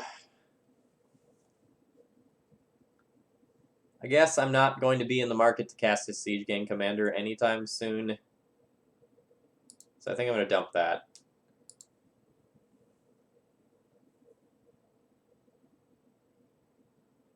So, like, this Punishing Fire Grove Liliana thing is very bad. And then there's this Knight, too. And I missed on land drops again.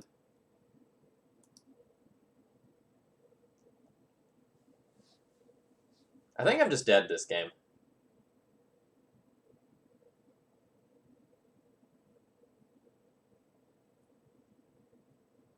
Like, I can't confirm that I'm dead yet, but I feel very dead.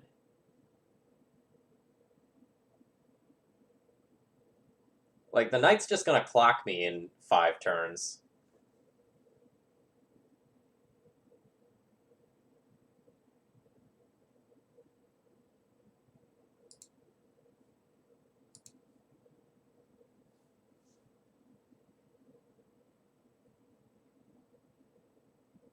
Goblin Lackey, for the record, I regret nothing. I regret absolutely nothing about what I did. Okay. Okay. So now what? I can War Chief and whack the Liliana. And my opponent will just kill it with, like, Grove Punishing Fire. And then my opponent pluses. And then next turn, I can either, like, War Chief again. Or...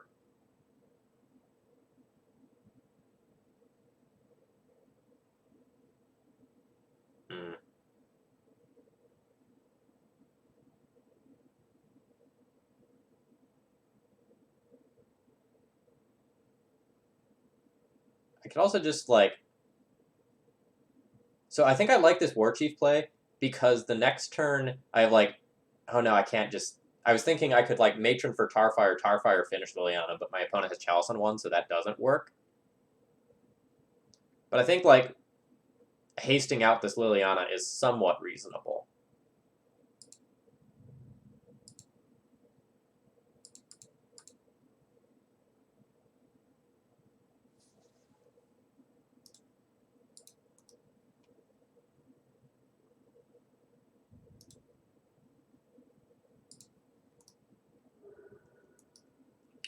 Hitting my 4th land drop so I can Ringleader next turn, rather than just, like, War Chief again, would be huge. Oh,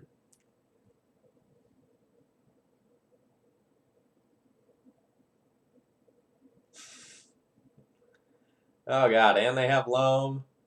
Oh, man, if they just, like, play that Dryad Arbor as a blocker, I'm, like, super boned.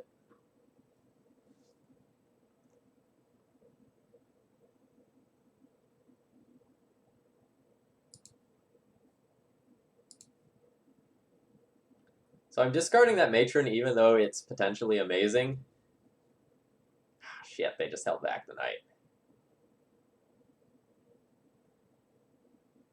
Okay. Wait. This is maybe fine.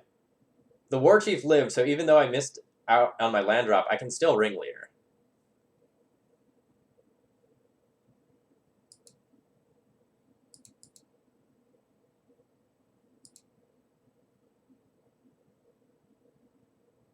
Alright, come on. Give me Red Cestral Recall. Go, little buddy. Woohoo! Woo!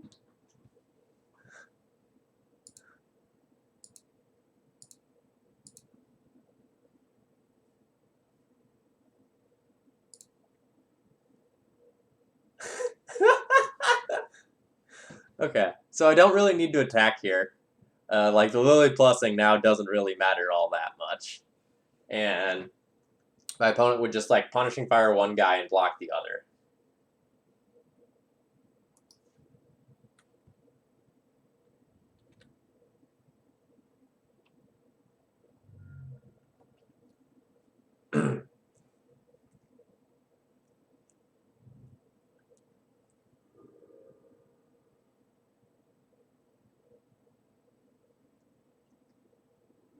This is going to be so much more of a game than I was expecting. I thought we were dead, chat.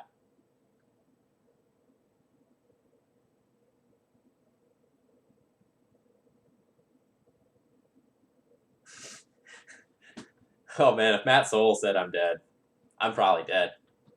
That guy knows his stuff. He's beaten me with so many different planeswalkers, it's ridiculous.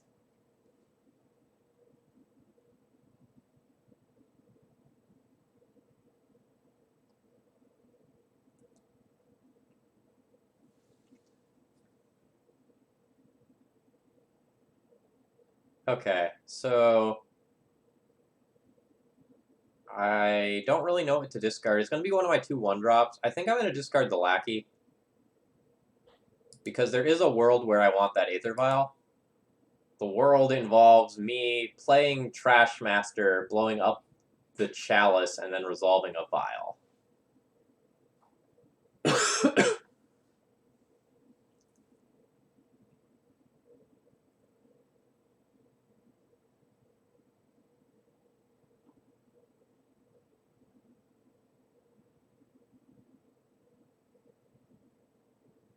Actually, I don't really hate that at all. Like, I can just play Trash Master this turn. It's a 3/3, so in order for my opponent to get rid of it, they need to, like, Punishing Fire it, return Punishing Fire it. And then if they do, I just trade my Trash Master for this Chalice. Then I can play Vial and try to use Ringleader to push through all this BS.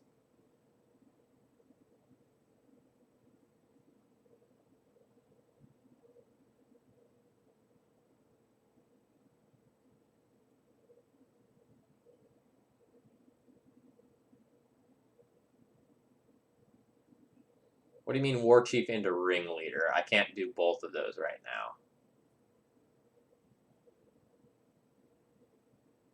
Yeah.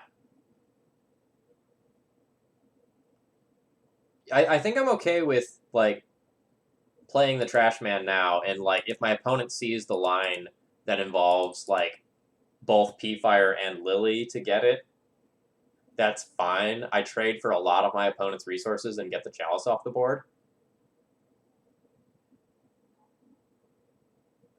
War Chief Piledriver doesn't really get me anywhere, right? Because, like, the Grove and Knight muck with me then.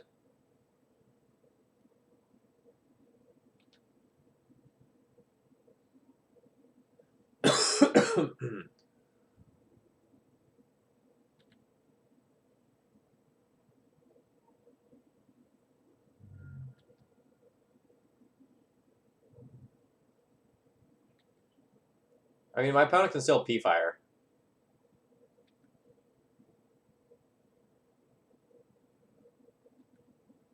Yeah, I'm fine with trading Trashmaster for Chalice.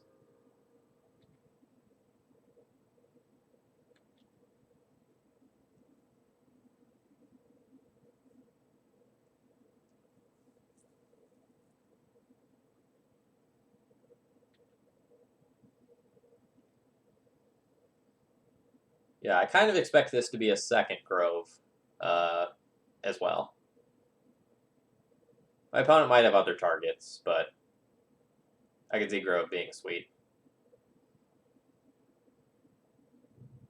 Yeah.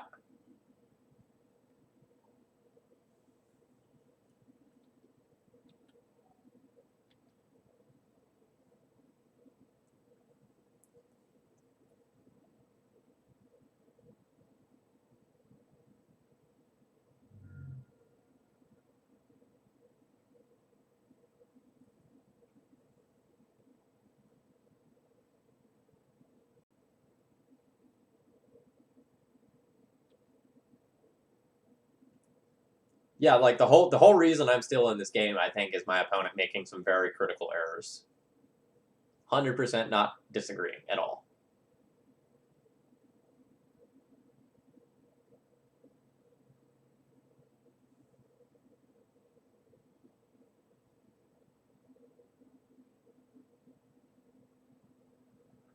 Alright, you want me to discard a card.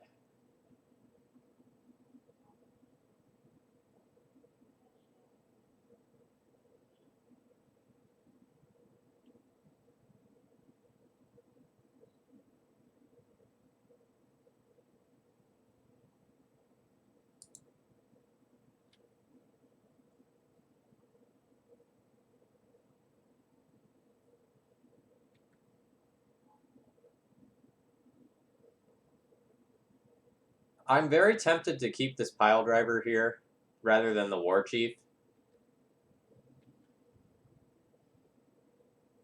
Because the pile driver can be a 1 red answer to Chalice of the Void now that my opponent is not going to go and like get rid of it.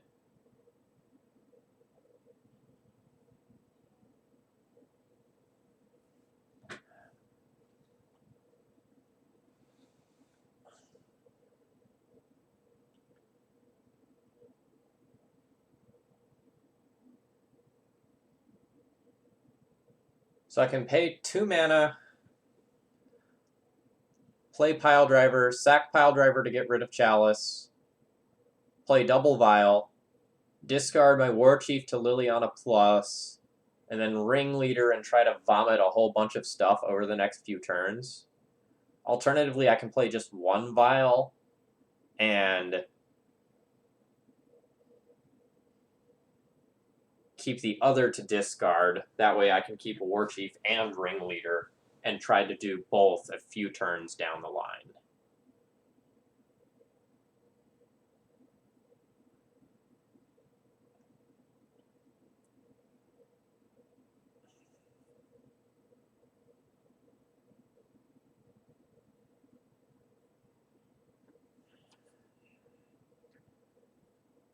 Alternatively, I can just cast Ringleader and then just use these vials as fodder.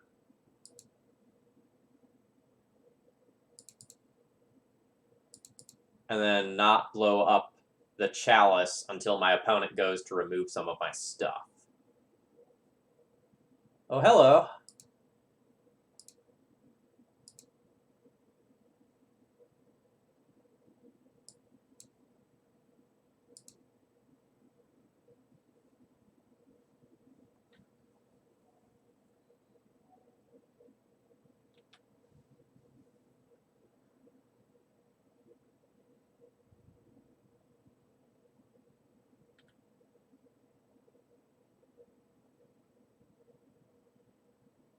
Alright, so first one of those can go ahead and resolve.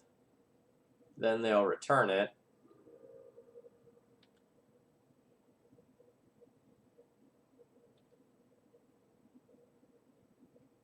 Now they'll do it again.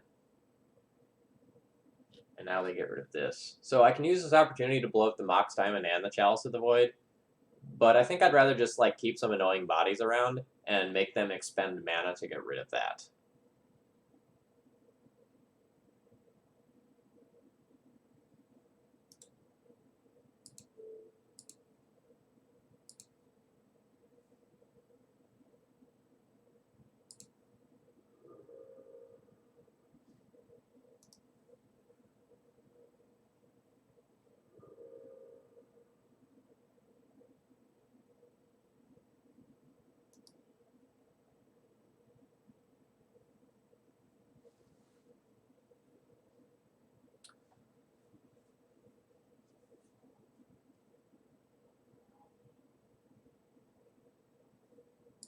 Alright, so I have 4 mana to work with.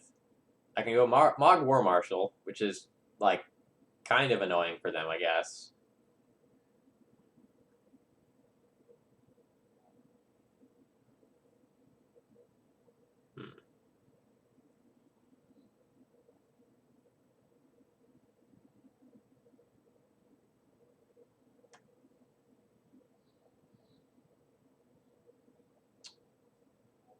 So I'll discard one of these vials for sure.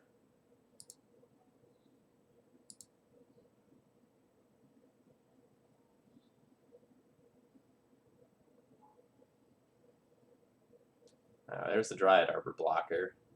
Kind of expected that a couple turns ago, to be honest.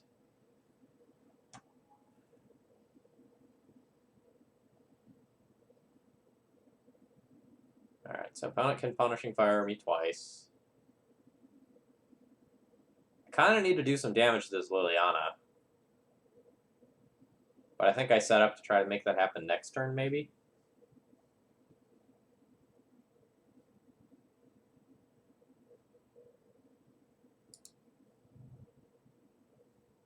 So I can play War Chief, then cast this for 1, then cast this for 1.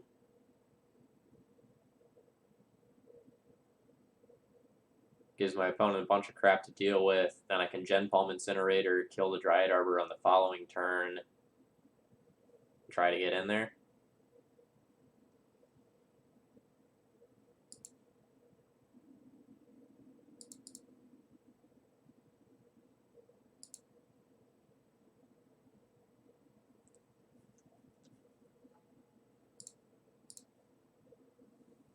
So my opponent should use a Punishing Fire and remove this right here, so I can't cast another thing for cheap. Good play, opponent.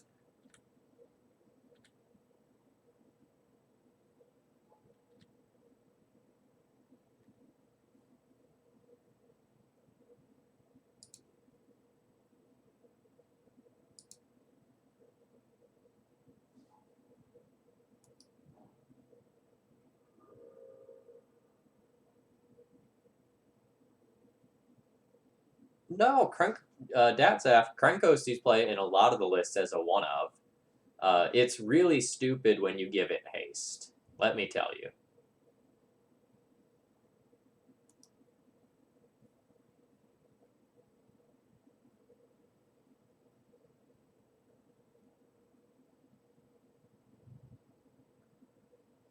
Oh man, opponent has a Mazavith.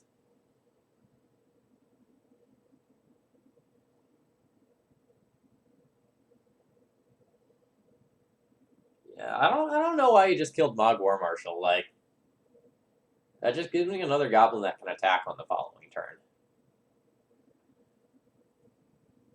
Oh man, do they just have like a Deluge? Because that would be devastating. Just like Deluge for 2, wipe my board. Yeah, okay, it makes sense now.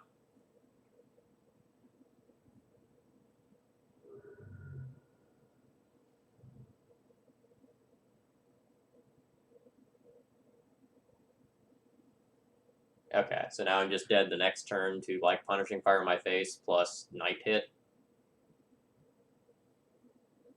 Yeah, I don't think there's any draw that can get me out of this. But I'm gonna like wait 30 seconds and see if my opponent shows me one more interesting card.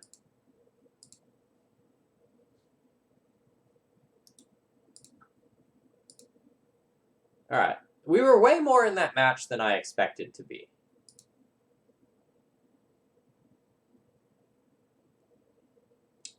Okay, so we're playing against Agrolome. I probably still want this. I probably want to board these in, just because, like, Knight's so annoying and Punishing Fire is so annoying. This is borderline. And Pyrokinesis is neat against Bob, but this can't hit walkers. Tuk Tuk Scrapper is okay. I don't know that I want Needle. Like, Needle's fine, but it's awkward against the Chalice deck.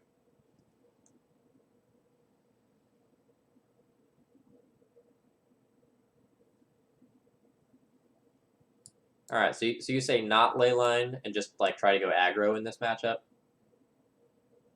Okay. So, like, on that regard...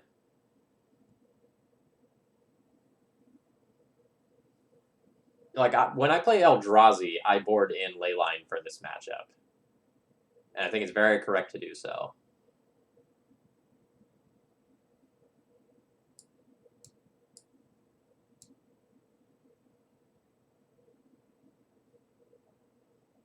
Okay. So how do I want to board? Tarfire, probably not great.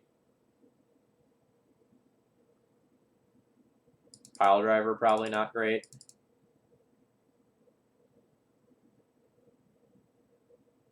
Mog Fanatic, probably not great at that.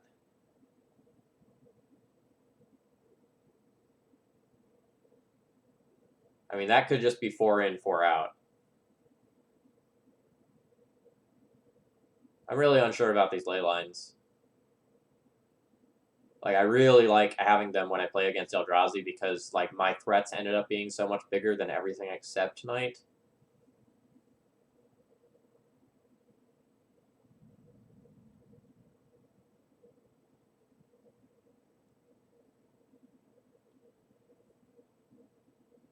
So this is going to stop walkers, which was the real thing that I had trouble with, I guess, other than the punishing fires. And the punishing fire I was able to play around like surprisingly well, so maybe something like this is fine. I'll reevaluate in another game.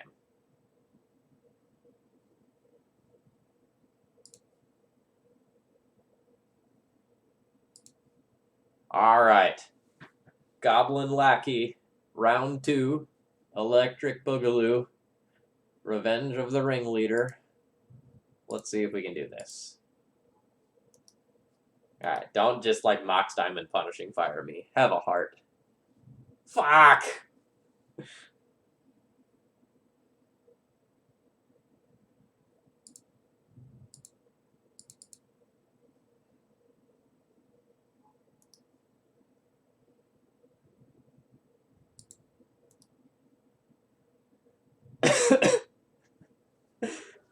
This Goblin stream is just full of emotion.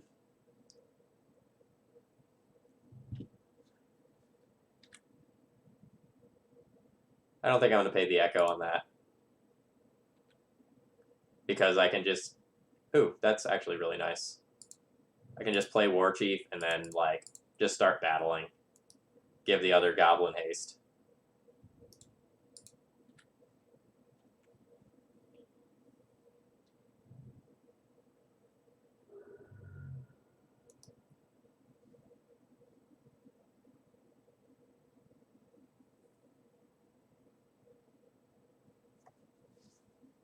Like, despite the fact that my Lackey is being, like, handled, my hand's still super aggressive.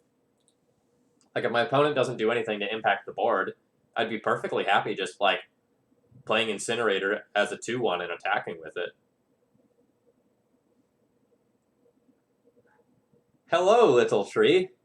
How are you doing today?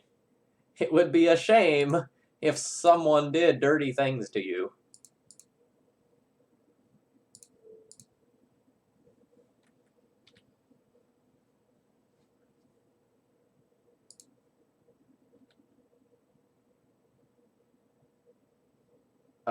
I actually kind of want to play Relic here and just tap this so, like, this can't be loaned back as a blocker ever.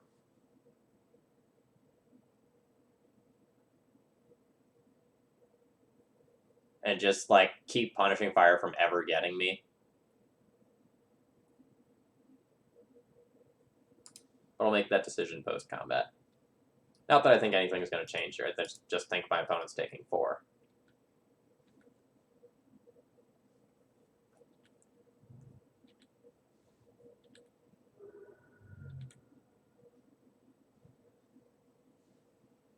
Okay, yeah, ooh, I guess they don't have a red source showing, so maybe I should just play the Vial. Alright, that's a fair argument.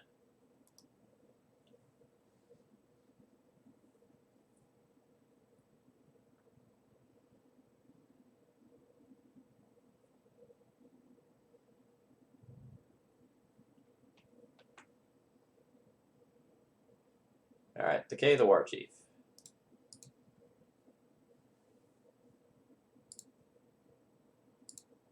Goblin.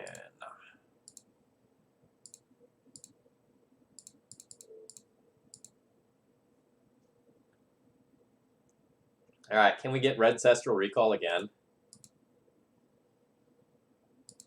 No, but Matron and Mog War Marshal, that's fine.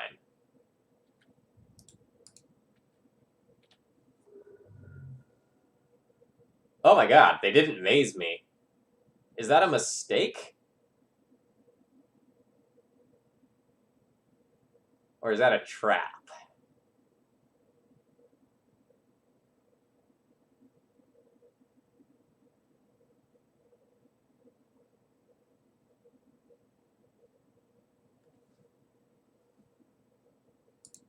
I mean, okay.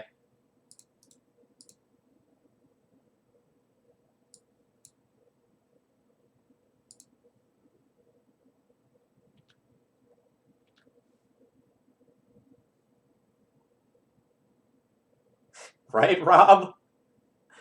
I don't care either way. If that was a trap, I accept. Ringleader is such a fun Magic card. I should cast this card more often. Alright, there's that Dryad Arbor blocker again.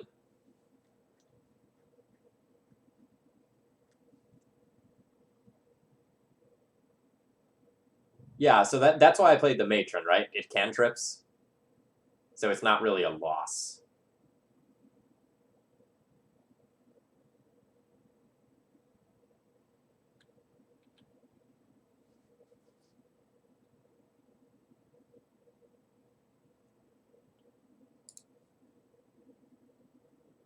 And not even wasteland me, just like let me play another ringleader uncontested. I accept.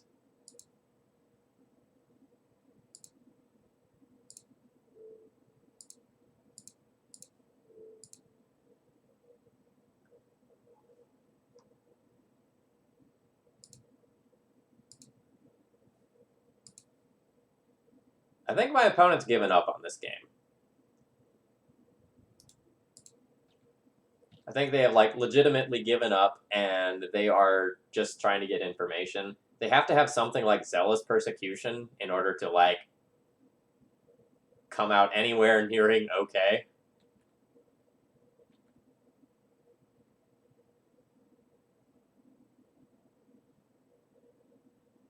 Now they're thinking about whether or not they need to like maze this ringleader or the goblin lackey. Alright, they're gonna let me just dump another idiot into play. Alright, so that puts them to 3.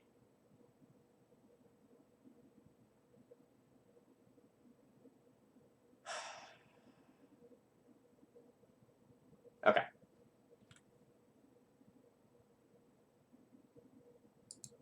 Make it cute here.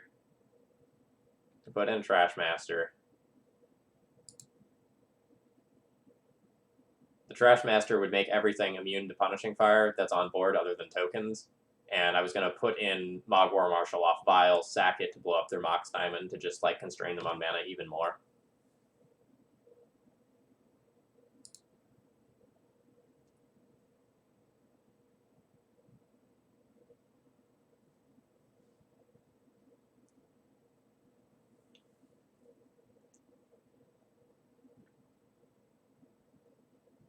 I'm thinking if I want to change anything on the draw. I still want my lackeys. They're still really good. Like, my opponent doesn't have that many early blockers.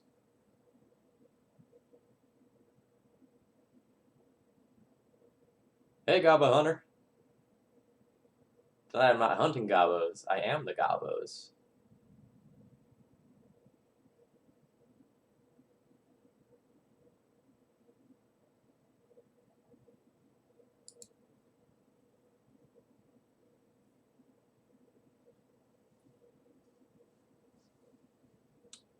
Well, this hand has a Goblin Lackey.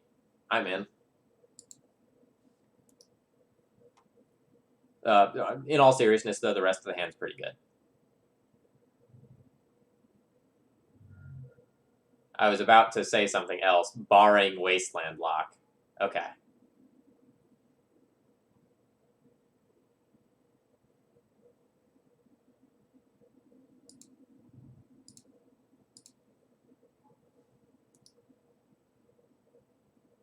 All right, Bob, what do you have for us? A bite. So on my turn, I can cycle Incinerator to get rid of Bob. What does that attack mean? That attack means either a removal spell or a knight, right?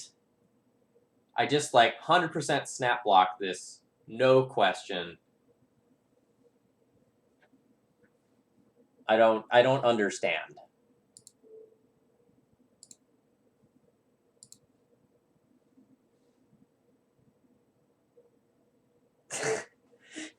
Okay.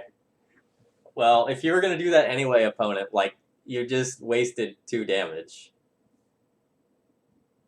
Okay.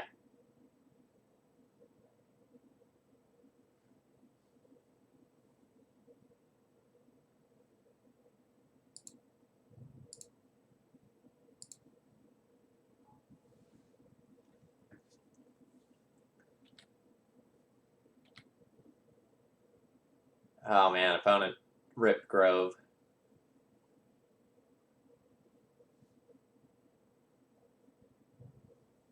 Yeah, this game did get a lot harder. But, like, Ringleader is the tool to do it with, right?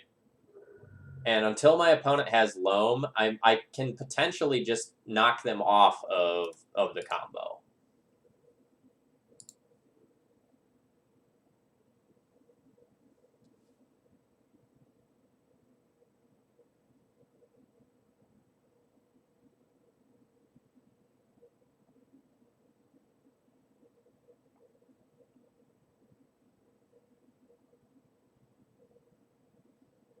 I don't know what I do with this needle.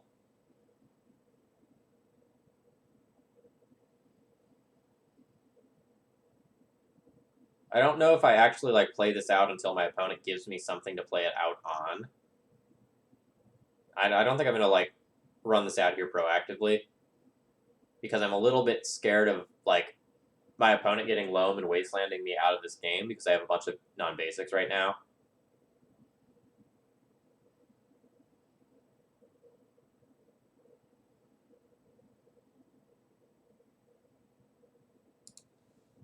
So I think I'm going to go ahead and play out another wasteland and pass the turn. If my opponent returns the Punishing Fire, I will snipe off a Grove.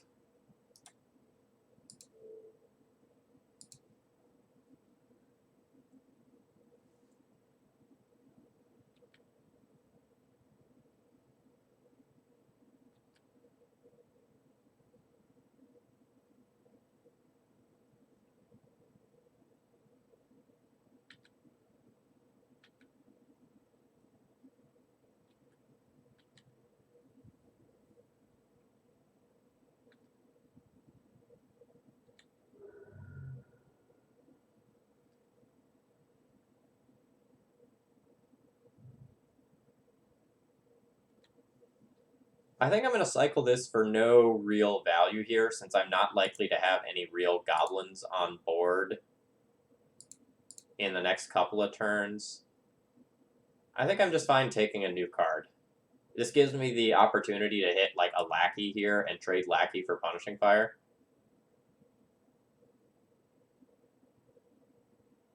Holy shit, my opponent is bad. That one gets a snip. That one gets a snip.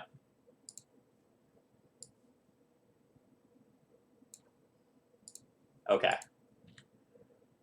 That was the best Gem Palm Incinerator I've ever cast. Cycled, sorry.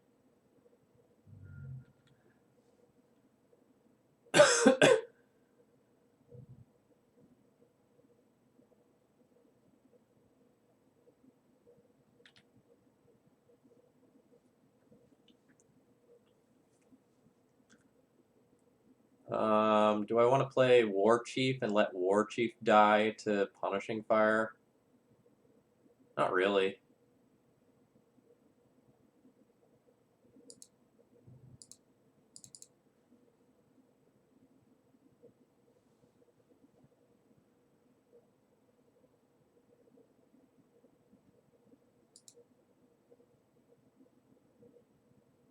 Yeah, I'm just going to play Mog War Marshal and pass. Like, I don't really see any reason why I'm in a hurry here. Like, the Mog War Marshal will just produce 2 bodies. It'll stop the Bob from attacking. It'll pressure my opponent a turn or 2 down the line. And then I can just start, like, Ringleader chains. Ah, shit. So there's a life from the loam. So I'm going to need to name Wasteland with Pithing Needle so I don't get wastelanded out of the game. Oh shit, but my opponent doesn't realize how bad of a spot I'm in, and they pick up Grove of the Burn Willows. Yes!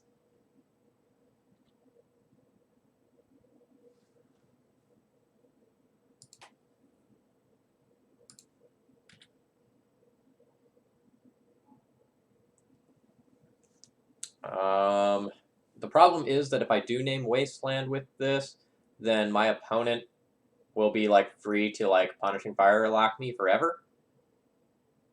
So maybe I just, like, ignore that.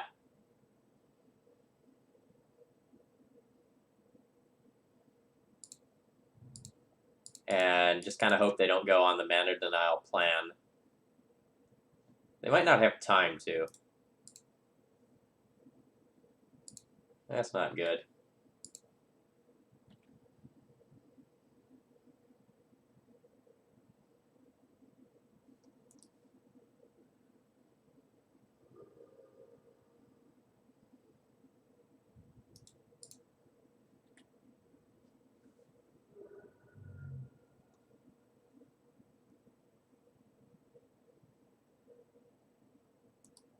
Yeah, that was indeed a pretty... Ooh, Maze of Ith is rough as well. Ooh, dredging a second loam? Or sorry, a second grove? Ugh.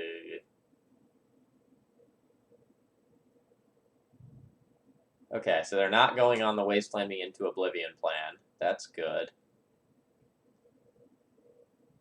Oh yeah, the Bob's super problematic.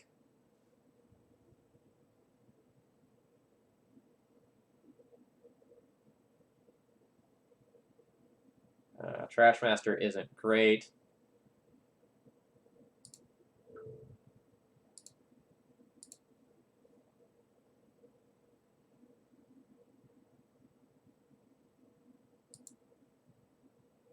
Chat told me Leyline was bad.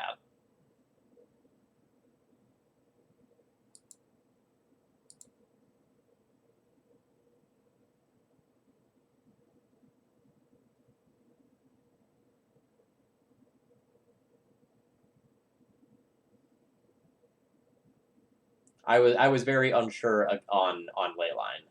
Like, I know I like it in the Eldrazi matchup.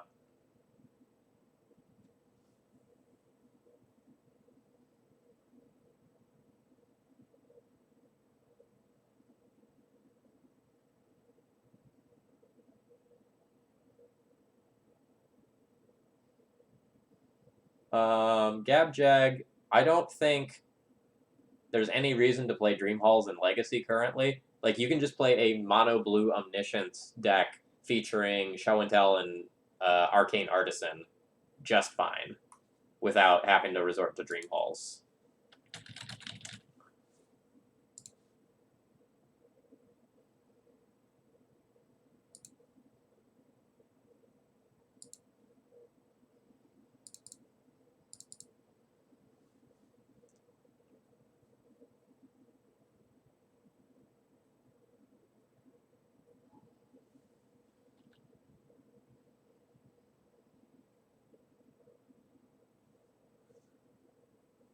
Source of Plowshares. Do I want to...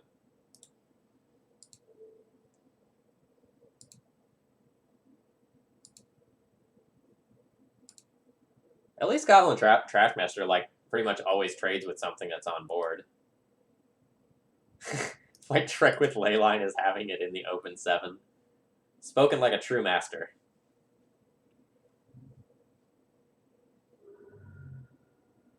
Alright, so my plan for winning this game involves my opponent's Bob killing themselves. Like, if I rip a land and I get to go, like, War Chief into War Chief... Never mind.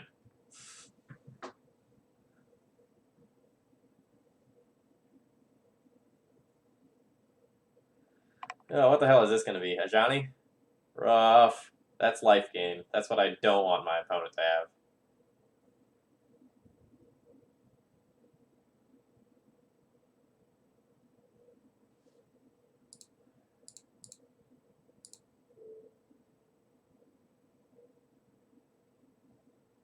Sorry, let me think for a second. If I play a War Chief, what happens? If I play a War Chief, my opponent mazes War Chief, mazes a Goblin, Johnny takes 1. If I play Trash Master, Johnny takes 2 instead.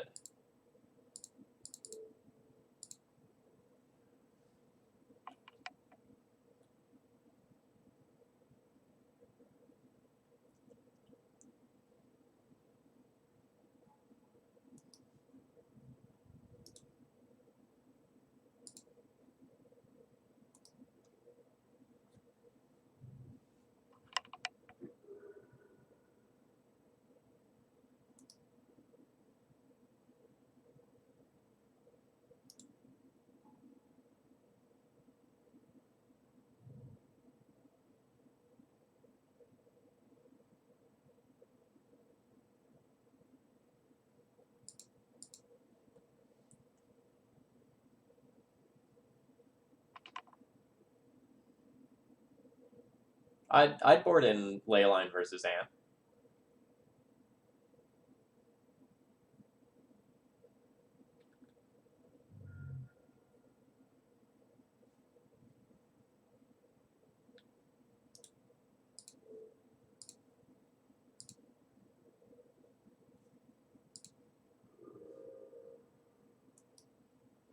Gobbo Hunter, I'm not giving up yet.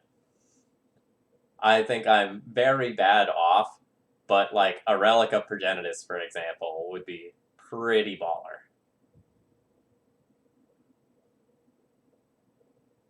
Well, this card is a little late to the... Or is it?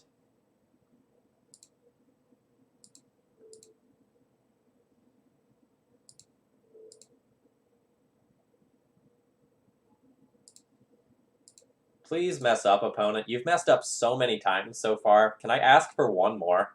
Is that unreasonable? One more error? Just hit the OK button! Holy shit! Holy shit!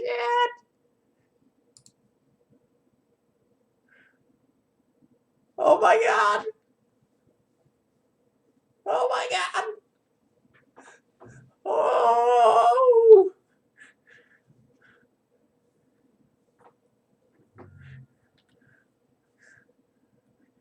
Now we'll fetch.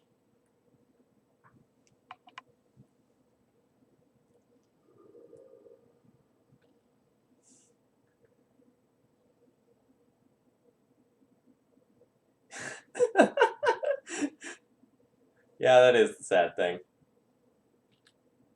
Maybe they'll let their Bob die and then kill it. So now you Shrinky Dink all creatures.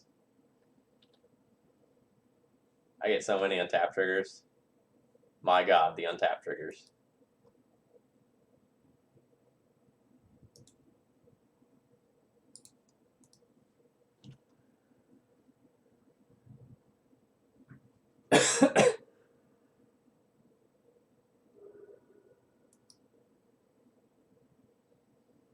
Alright, so opponent fucked up pretty bad. But I can't punish them.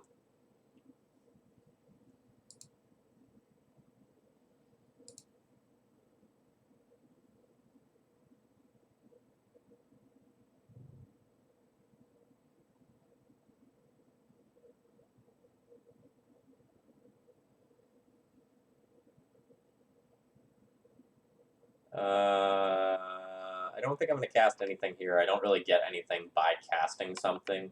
So I'm going to try to build up a turn where like I can play multiple cards and do something that matters.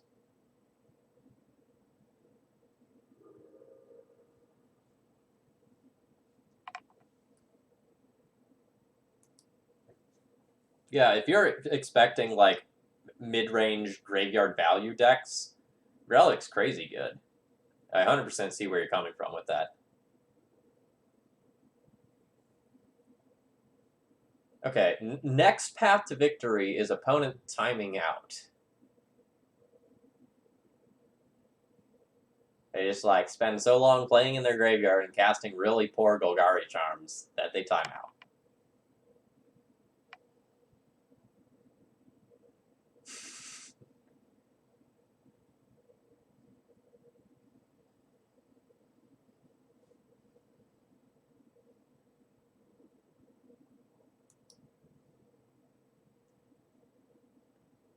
Yeah, Champagne Magic, I'm not actually playing for it, but I could see it happening.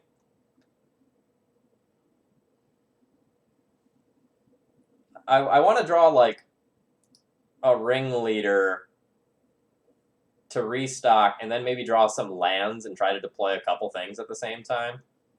Can Chain Whirler hit... Oh man, this does hit Planeswalkers, so I can use that to keep this idiot from ultimating. Alright, so now the timeout is not viable.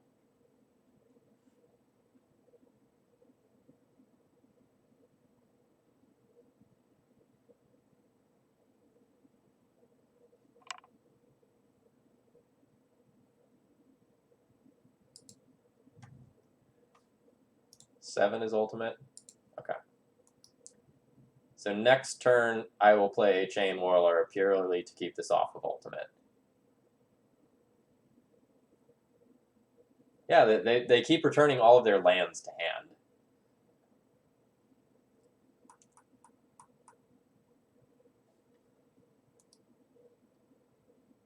So my next turn needs to be Chain Whirler, prevent this from ultimating. Hopefully my opponent plays out like 3 Bobs that I can board wipe at the same time. I have red, red, red with Cavern.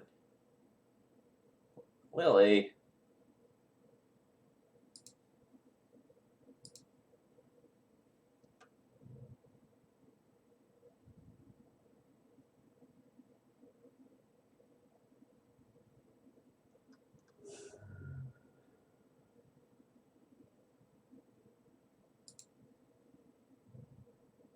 Unfortunately, I can't play both of these this turn, and I can't get Armageddon or I'll just lose.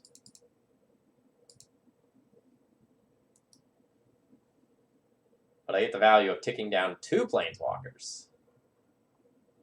So that's nice.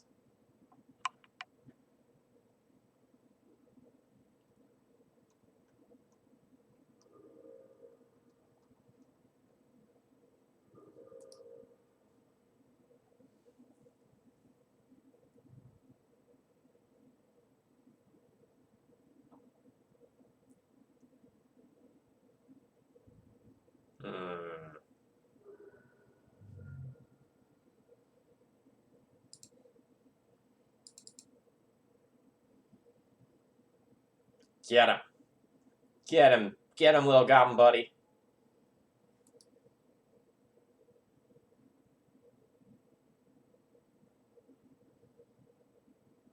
Oh, Dad's F. I'm 100% dead. I just want to see if my opponent is so bad that they won't destroy all of my lands. They destroyed all of my lands. Now, can they Abrupt Decay my Pithing Needle for the flawless victory?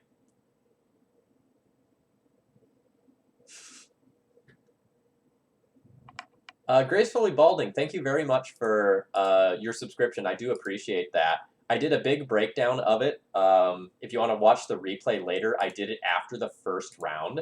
The short version is that I suspect it's a combination of preparing for an inbred Pro Tour meta and potential lack of testing or unwillingness to commit to testing a card that the community was so torn on.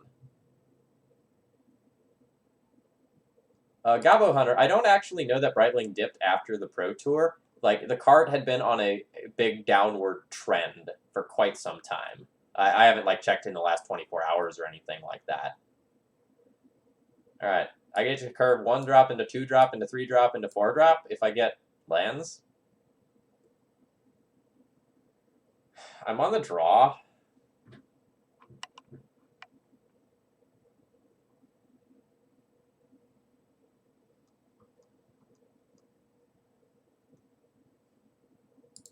This hand doesn't do anything that's, like, objectively overly impressive, but it has a curve.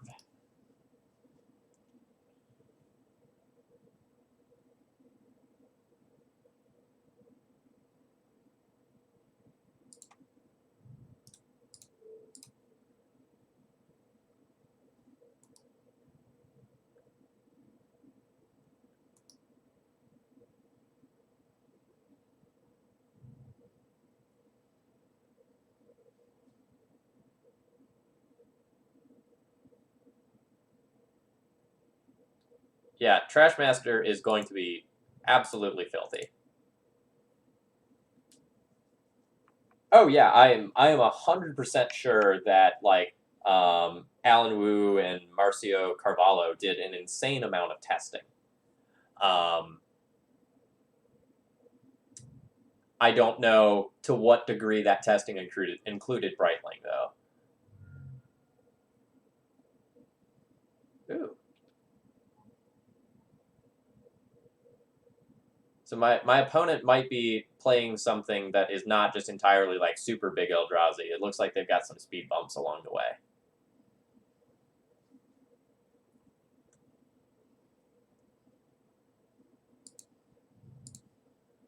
Mog War Marshal is going to get a lot of value here.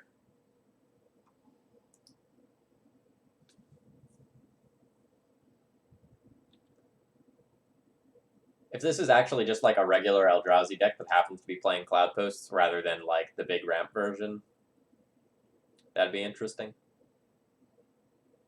But we'll see. Oh yeah, Gabo Hunter, 100% agreed. I don't know if you were here for my like breakdown earlier. So, okay, so they are a big build. One of the things that I suspected was that like for the Pro Tour, Mirror Crusader might have been much better based on the expected cards that were going to show up.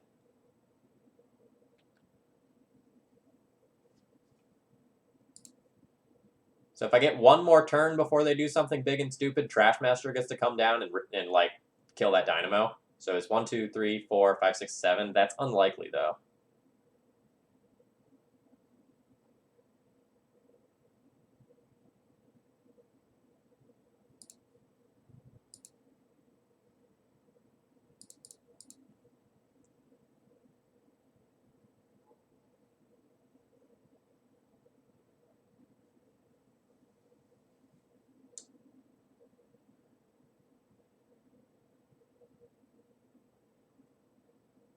I don't actually think I love attacking into that Matter Reshaper.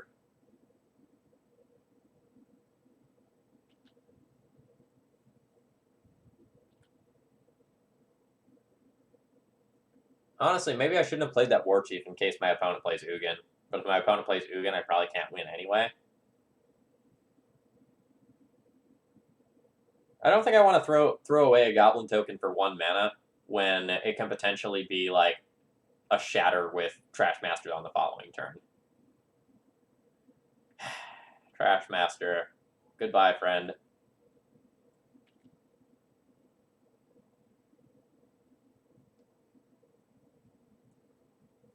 Good thing I have 2 Trashmasters in my deck list.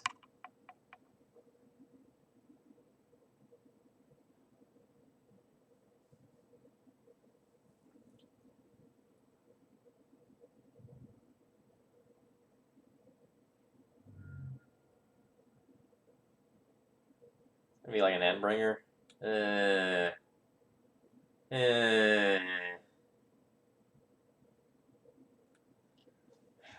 So I could draw. Well, I'm not. I'm just gonna take that. Gem Palm Incinerator would be okay. I can get rid of the Thought Gnats here. I can play 2 Goblin War Chiefs. Guess I do that.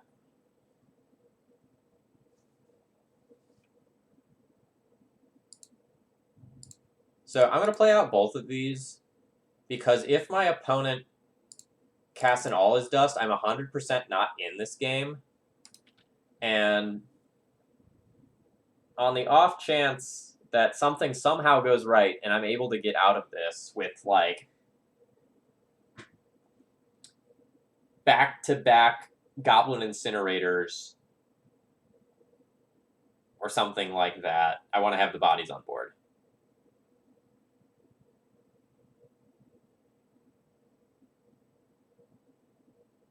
I think I'm going to need like Matron, Incinerator, or Ringleader as my next draw step in order to stay competitive. Trashmaster would be fine as well.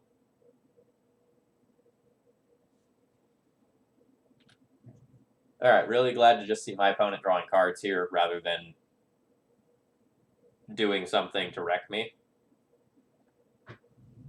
That's hope.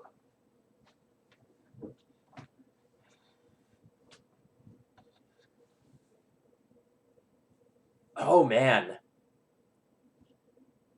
I can do really stupid stuff if I draw Ringleader. I just realized it's going to cost 1 mana. That's cool.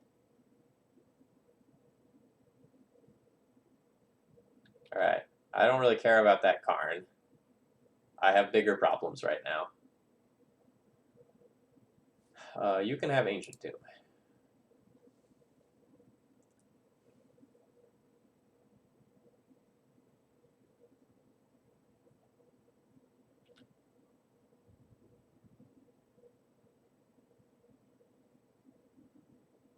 God, that was such a cool opportunity to, like, draw something absolutely busted.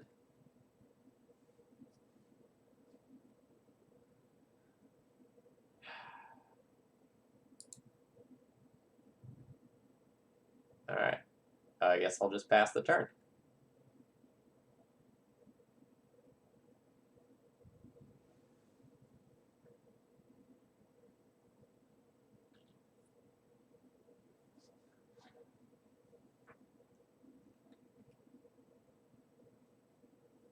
You'd like to get rid of my Fanatic. How about you, sir? Yeah, Urborg was an insane draw. Someone in chat just said that. To reiterate that, like, they had double Ancient Tomb, and I did have a real amount of pressure being applied to their life total. So the ability to just, like, turn these into swamps at this stage of the game is very powerful.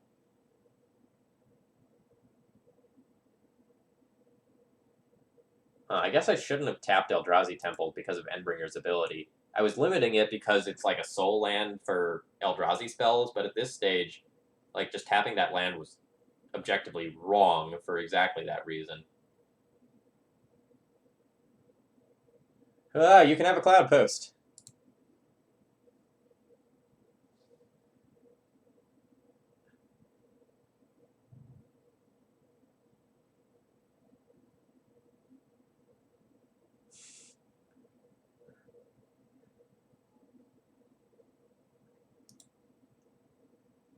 Maybe my opponent won't -3. All right. All right.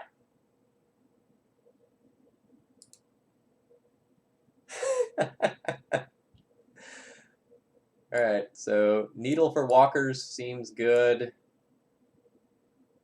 Tuk Tuk Scrapper seems good.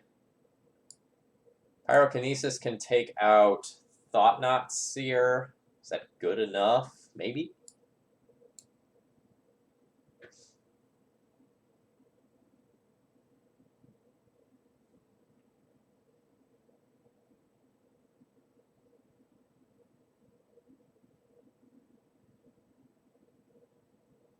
I'm pretty darn sure I clicked on Cloud Post, and then they just had another Ugin. But I can't confirm. Okay, so what's bad? Starfire doesn't seem amazing. Mog Fanatic doesn't seem amazing. My opponent might have enough blockers where Pile Driver isn't where I want to be. Like, it represents a lot of damage, which is nice when I want to Goldfish them. I'm going to think about that for a second. This isn't a Sharpshooter matchup. They don't have small things. Whirler? Yeah, Whirler doesn't actually do anything. Like, it's just a 3/3 Goblin for 3. Whirler vials in to block Thought Knot Seer if I have a Lord. Like, I have to have a Trash Master in order for that to work.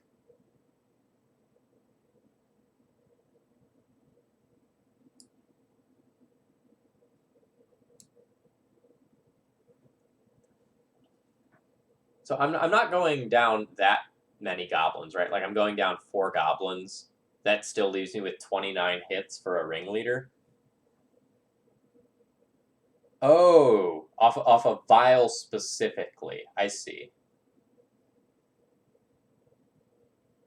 I see what you're getting at, but I don't know how common of a scenario that's going to be.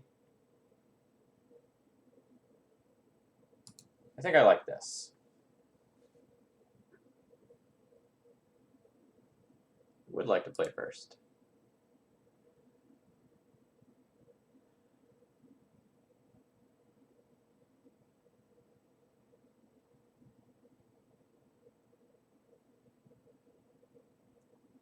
So I probably won't Needle early on. I'd probably save that until my opponent played some big, or we got closer towards the end of the game. So this is turn 2, play War Marshal, turn 3, tutor up Matron, turn 4, get Trash Master, play Trash Master, hope to destroy a whole bunch of artifacts. I think I keep this, but it's on, like, the borderline side of acceptable.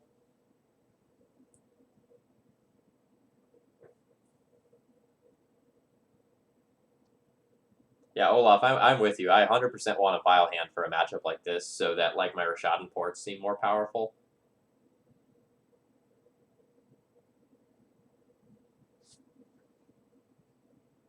My opponent's taking a mulligan, so that's a boon for me.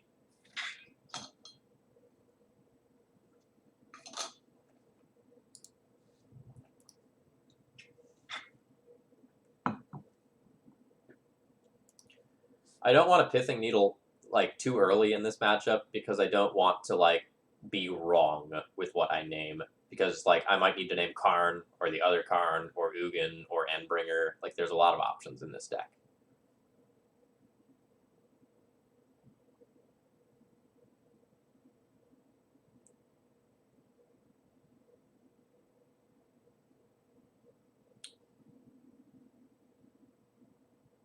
So I'm going to play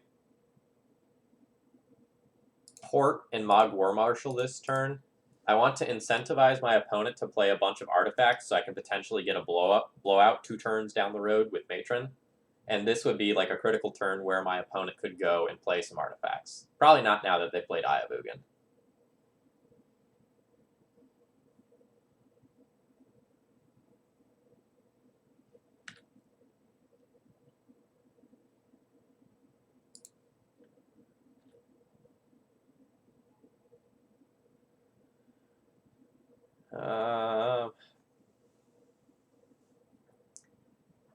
Still kind of like Matron for Trash Master.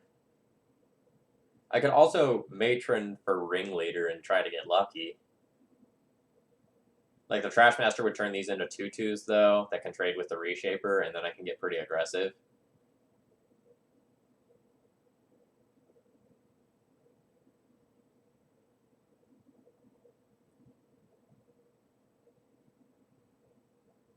No, I want to keep the War Chief in the hand so that I can pitch it to Pyrokinesis, because I don't want to pitch the Matron to Pyrokinesis. If my opponent plays, like, a Thought-Knot Seer next turn, I want to be able to, like, Pyrokinesis that, pitch War Chief, they can take my Needle, and then I can get a new card.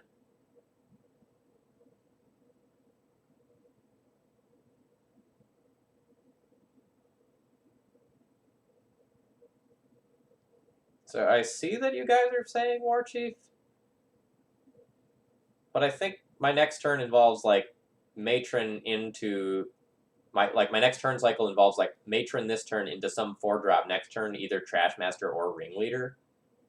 So I don't think this is actually more mana efficient.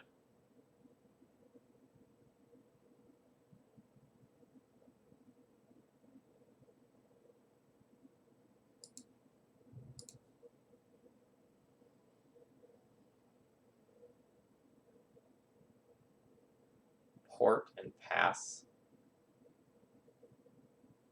I could see Port and pass being a good line, but I'm going to take a Matron line. I'm not sure whether I'm going to Matron for Ringleader or Trash Master.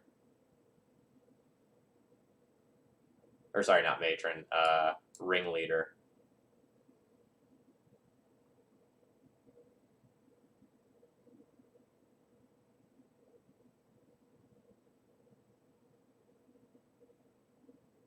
I think I'm going to get Ringleader.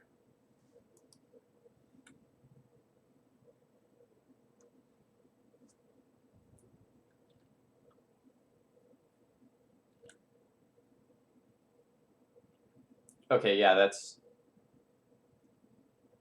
that's true. I see what you're saying. But if they draw, like, a Soul Land and I just, like, port their Cloud Post, I lose out on so much by not taking an action.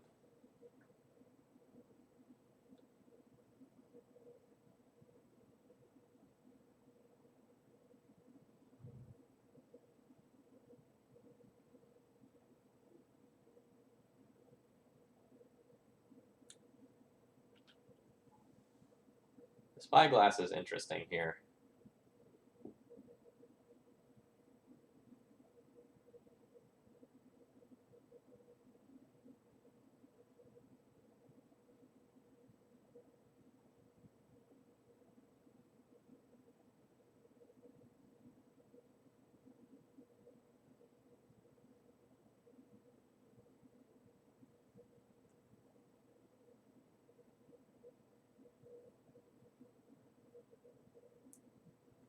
potentially getting a little punished for not just getting the Trash Master here.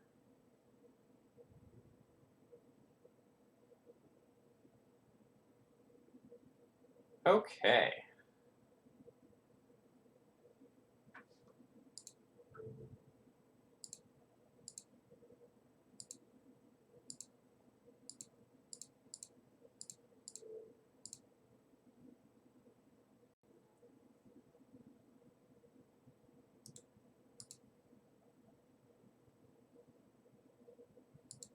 Alright, well, it replaced itself, so I guess that's fine. 2, 4, 5 damage. So I can have my opponent on a Fortune Clock if I just, like, Pyrokinesis away this Matter Reshaper.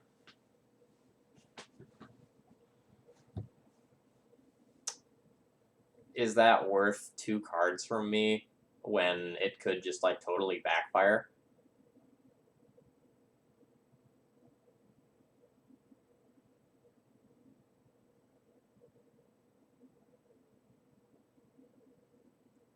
So if my opponent gets a land, that's not the best. If my opponent gets, like, some card that just bounces to their hand, I don't really care.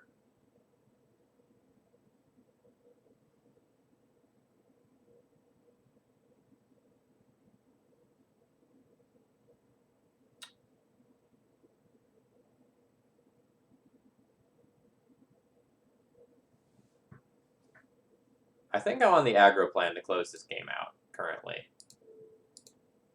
Let's see where this goes.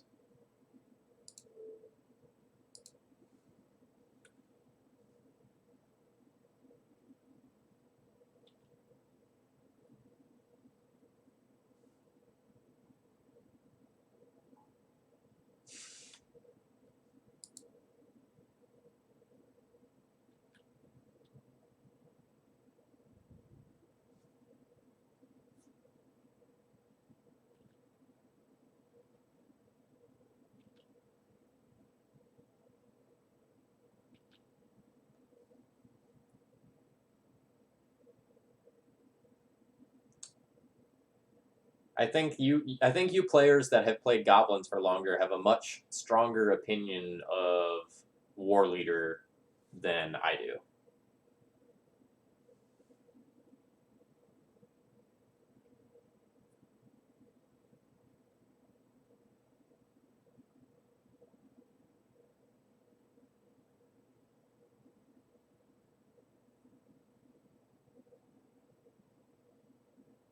%, not claiming that I am, like, correct in the lines that I've taken this game. I'm just, like, stating that as an observation. Like, I'm valuing, like, my mana efficiency at any given time much higher than I am most other things here.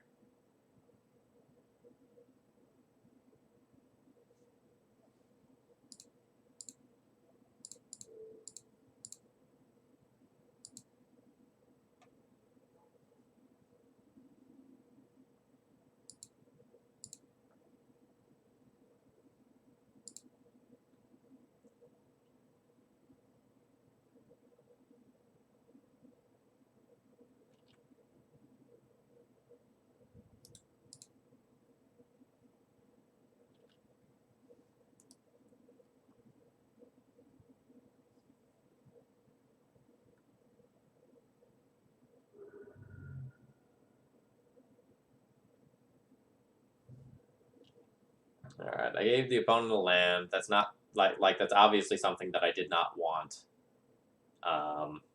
Because, like, you know, they're obviously behind where they want to be in terms of mana production. But I don't think I can just sit here.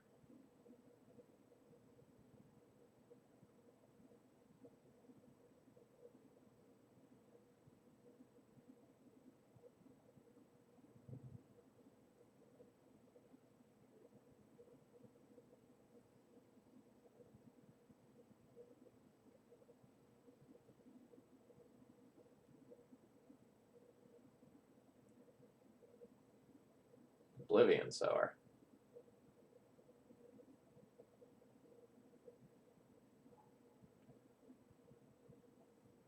What did my opponent hit?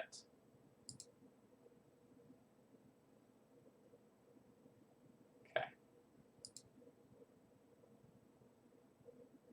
Alright, Wasteland's a good draw. So I can War Chief this turn, Wasteland a land, and play Needle on Ugin. That seems like a good turn. What do I want to Wasteland? Do I just take the Eye because as the game goes long, that's the scariest card, or do I take a Cloud Post? If I take a Cloud Post, my opponent has 1, 2, 3, 4, 5, 7 towards Eldrazi, but otherwise just 1, 2, 3, 4 mana normally. I think it's between an Eye and a Cloud Post. Like, wasting them off the Cloud Post takes a ton of mana away, but still, like, Eye is a threat. I guess if they don't have any more lands, it's 1, 2, 3. It's only 4 towards something like All Is Dust, though. I think I waste the Eye because this game is going to go long, and then a Needle Ugin because that's the scariest thing they can do with Cloud Post mana.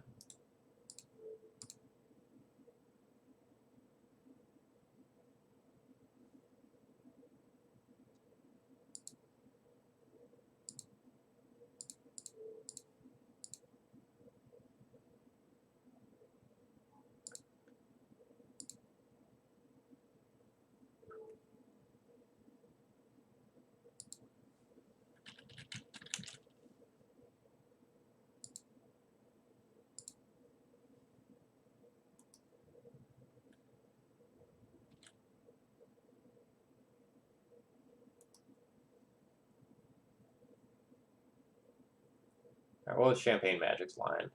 What about Waste, Cloud Post, Needle, Eye? That's not bad. It hedges in different directions. I wonder if that's actually better. Because, like, now my opponent could have something like All Is Dust, and that'd be kind of bad.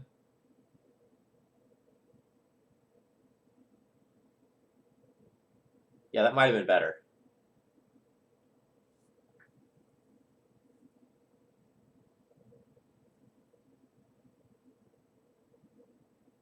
I don't know how we could win next turn through a 5-8.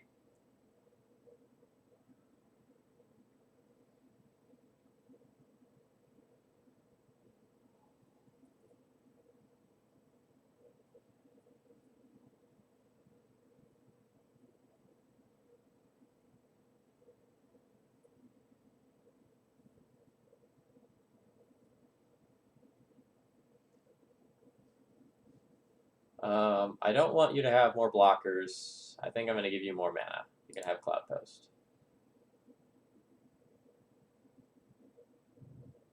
Ringleader that hits Sting Scourger and Pile Driver. Okay, that is the dream. That would be sick.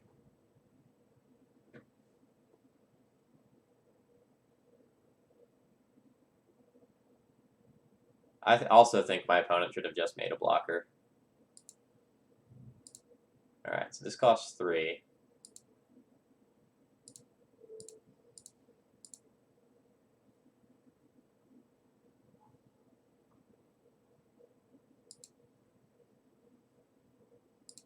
Well, that was not good.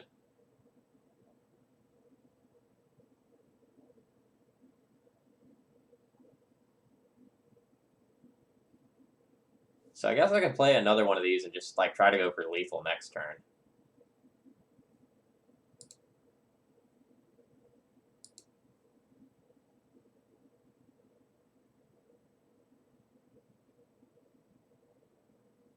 I wonder if I should just play the Mog War Marshal, though, to have, like, some insurance against an All Is Dust.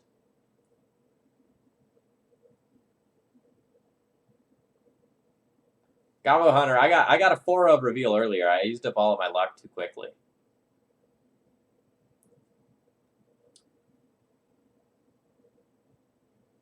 I think I'm going to save the War Marshal in case I draw a Trash Master. I just go ham with that.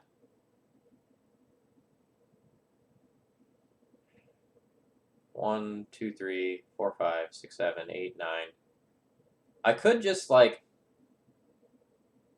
go face with all this damage here.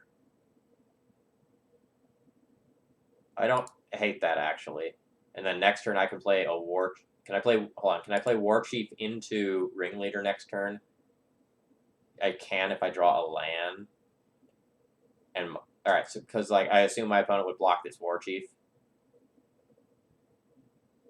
Okay, so I play second War Chief this turn, so my opponent can only block one of them. And then I Alpha Strike.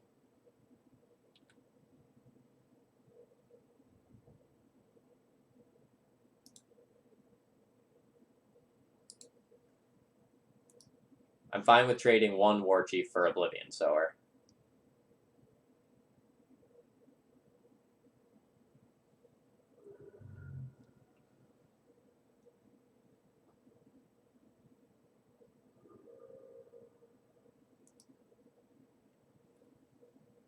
JPA, after the first round of the video from today, there will be a recap of me talking about just that. The short version is that it was potentially not right for the Pro Tour metagame. There's a more complicated explanation that I gave as well.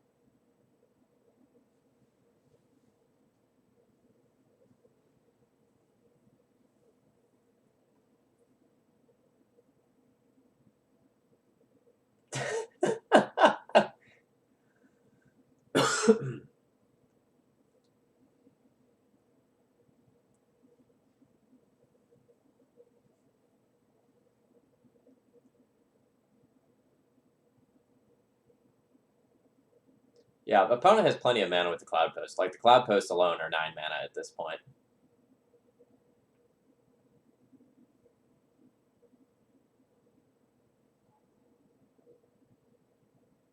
Chalice on 0?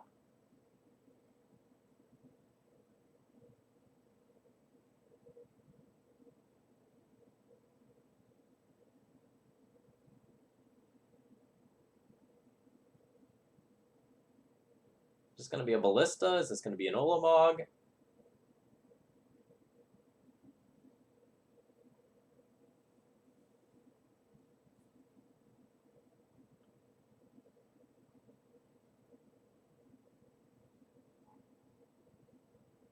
That is not good for me.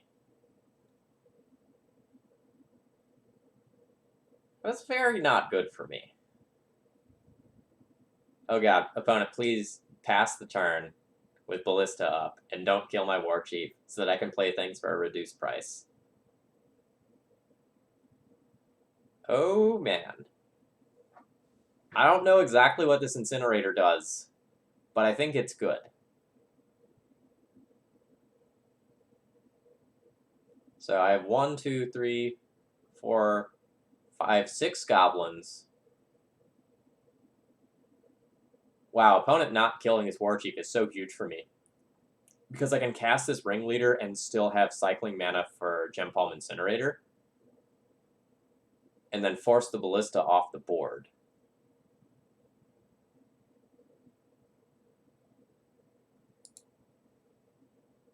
Okay. I'm going to do this first to make sure like that if I target this, my opponent isn't going to like get the War Chief then.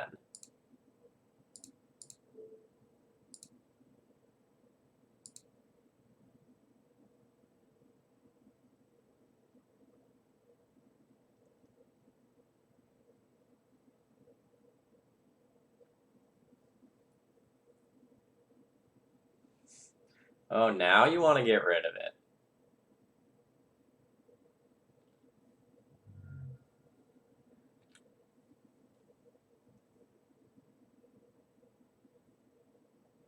Okay, so do I want to Gem Palm Incinerator this right now?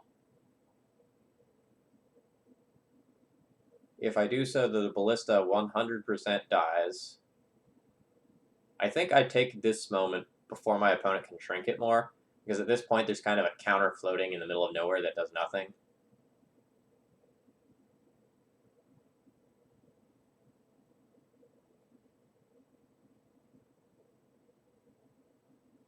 Yeah, I think I have to do this now.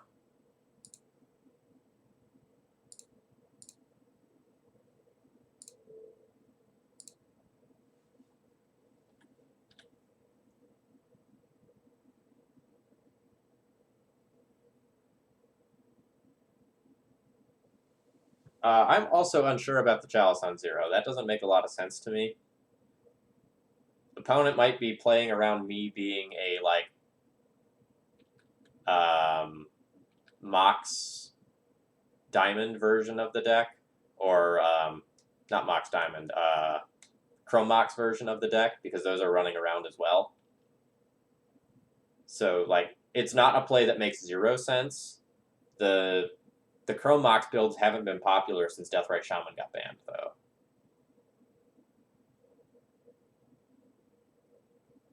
Oh, Gobbo Hunter, that's a good point. It also just grows the constructs.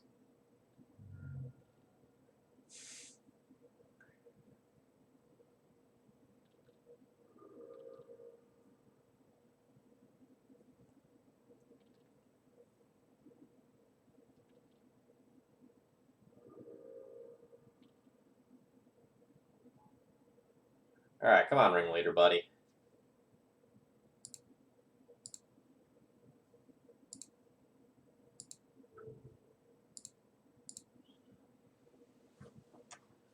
Alright, so I have three people that can attack here. I can attack in for 1. That doesn't seem great. I guess I only have one play here, and it's this, so I take that.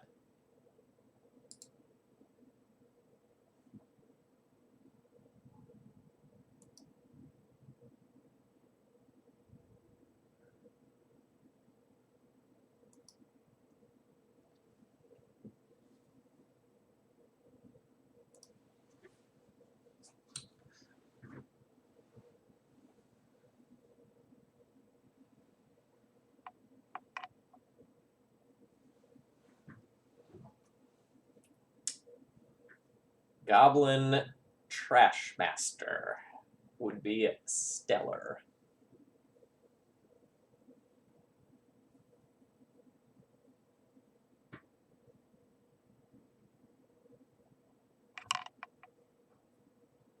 That's a lot of Eldrazi mana.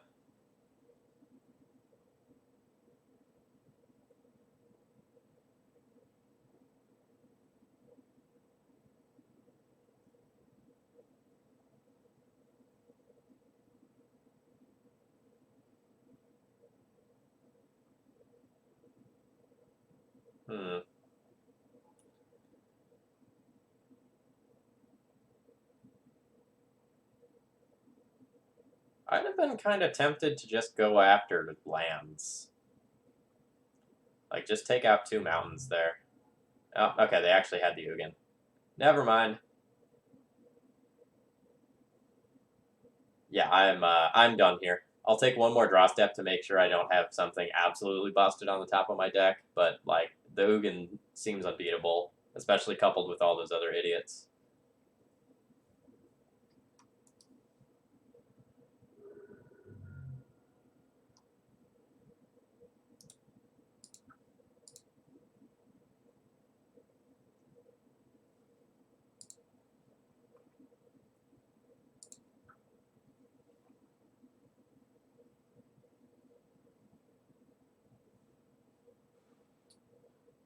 So that was kind of a clunky game from both sides, I think. Like, there was definitely a turn where I could have played the War Chief early on that would have, like, impacted the way that the game went. That matchup doesn't feel great, though. Like, even if I stole that match, I don't know that I could have gotten 2 in a row there.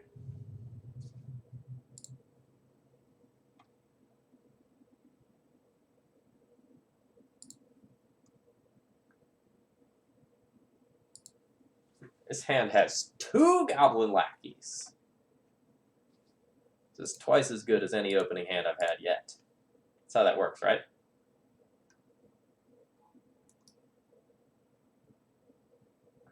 What on earth is Jeering Instigator?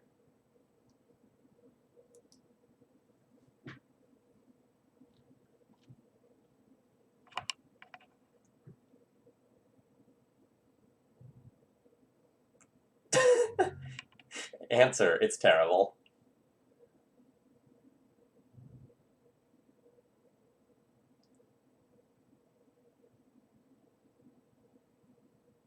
The morph creature from Khans that threatens a thing. Ah! I'm not going to pay 2 to do that. Well, opponent, good news for you. If you like getting rid of goblin lackeys, we've got a special. You can try it again if you like it so much.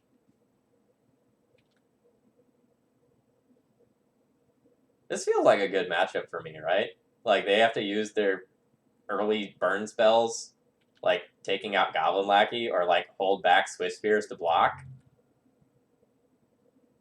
And then I just like go crazy in the mid game.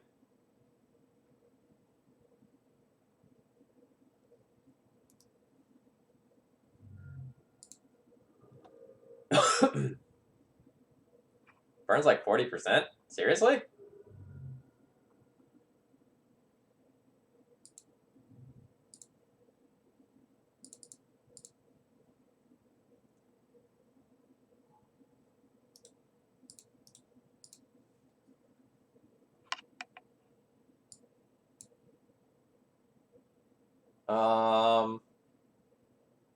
Do I just want to get a War Chief here in case I don't hit a land?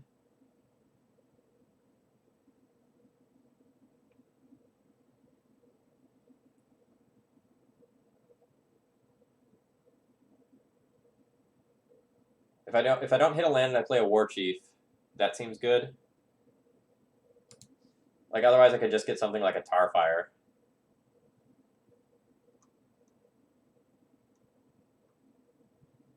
That doesn't seem overly impressive.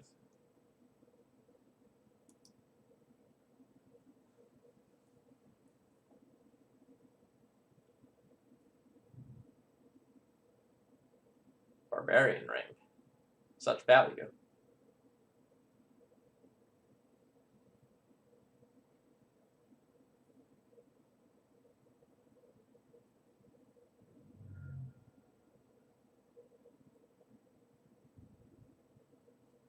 Chiptune, that might happen. Am I okay with gaining 2 life here? I think that's fine.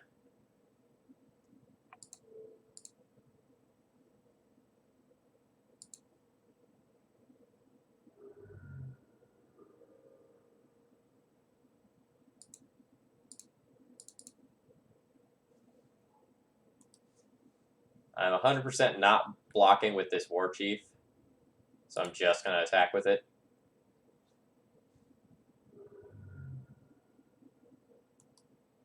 If my opponent just has the nuts and just like bolts me and I die, so be it. I accept it.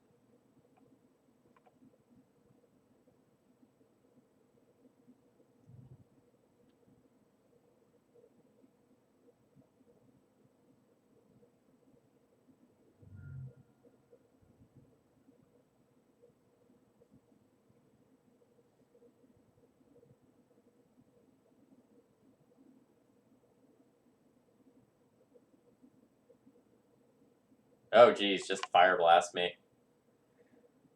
Okay.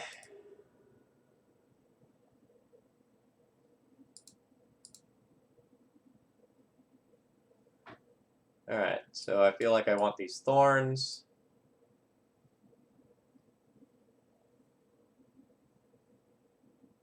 I feel like I want these. Although these don't pair well together.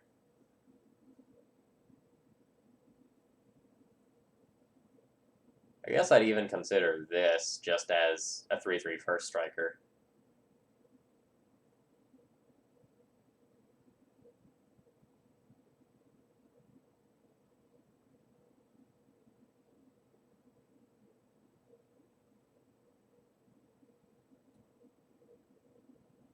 Alright, what do I want to board out?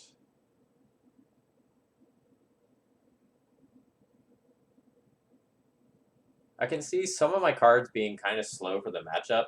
Like, I can see Ringleader being a little bit slow. I can see Trash Master being a little bit slow.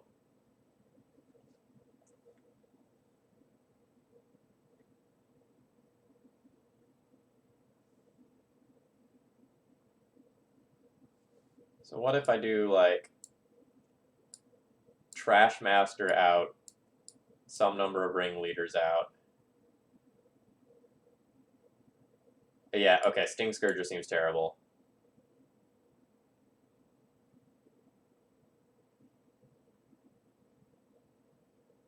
I want to leave some fat in my deck so that, like, the Goblin Lackey starts can do silly things.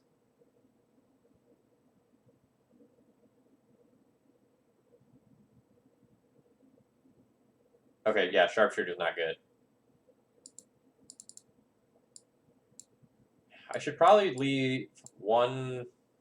Maybe I should leave in one Trash Master on the off chance that they've got something funky like Bridge. That's a good point, chat.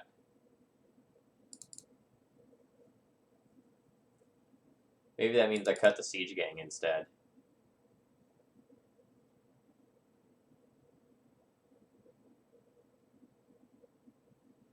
Alright.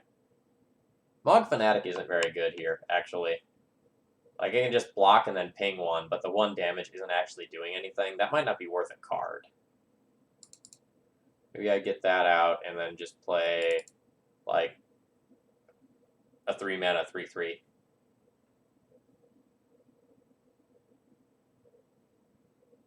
No, I'll play one more of these.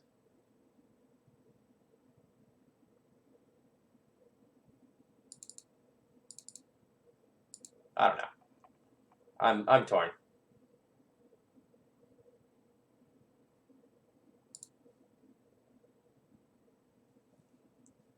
So this hand has lands and spells, but doesn't actually accomplish anything in the first... Like, it has no turn 1 or turn 2 play that actually does anything. So I'm going to ship this.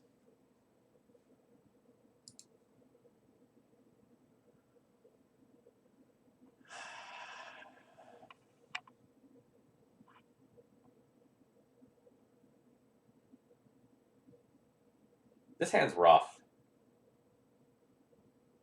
Like, if I draw a mountain, I can play these Chain Whirlers.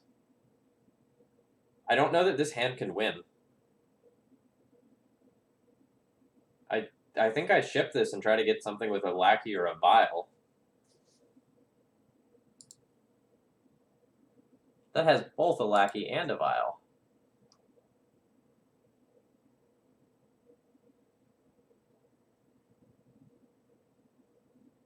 The bottom that.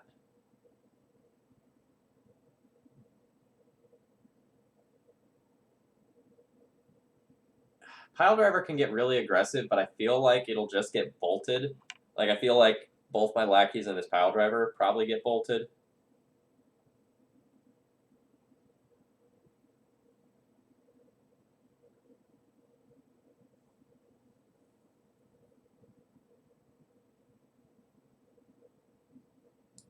I'm gonna bottom that. I think I can... I think in order to win, I probably need to do better than that.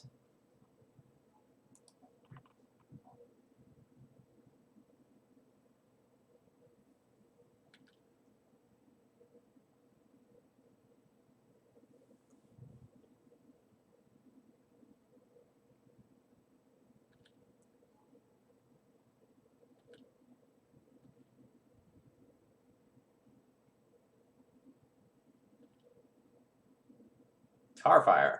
All right. Sounds great.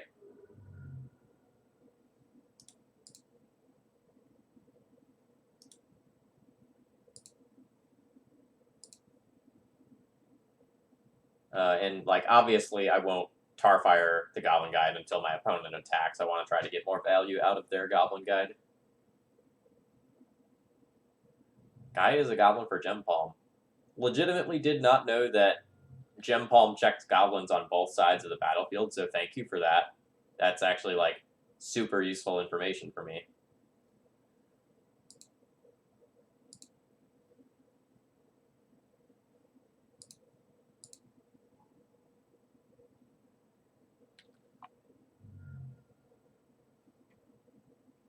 So now they probably won't attack with the Goblin Guide.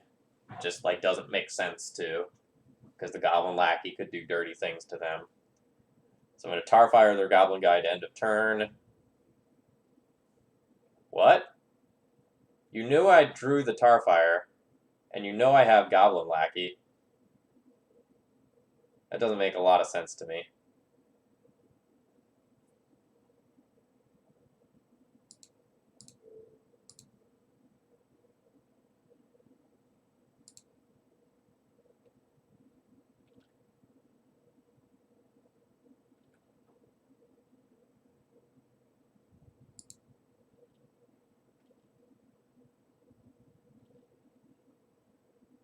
Yeah, so like there is something to the info there. So I can put in the fog machine.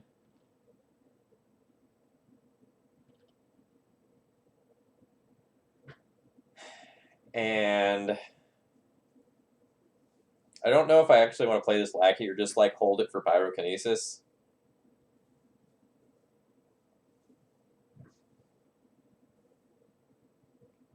Kind of want to just play it.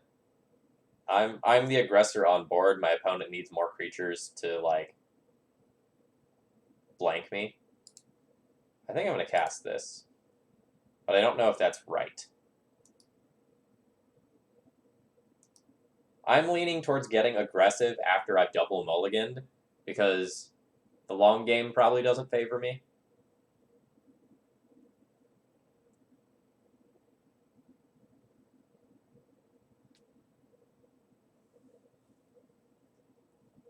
Like, I think playing the lackey is correct because if I like am running super hot and I rip matron or ringleader, after the first trigger resolves, I put that in and then I get another creature and I can put it in with the second lackey. That seems nuts.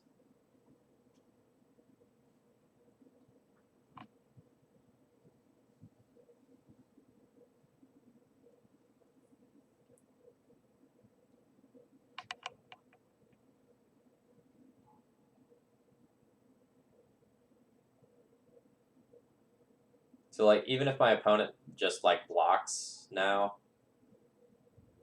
Alright, so my opponent had double creature. So now if I draw any red card, I get to do disgusting things. I did not.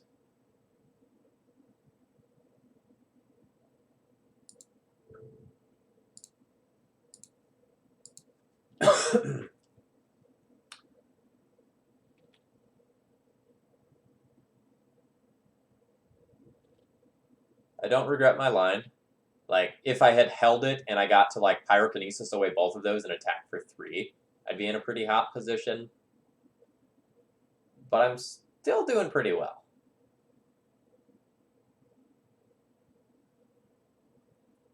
Olaf, certainly with me missing the red card there and my opponent playing double creature, like, not playing the lackey looks great.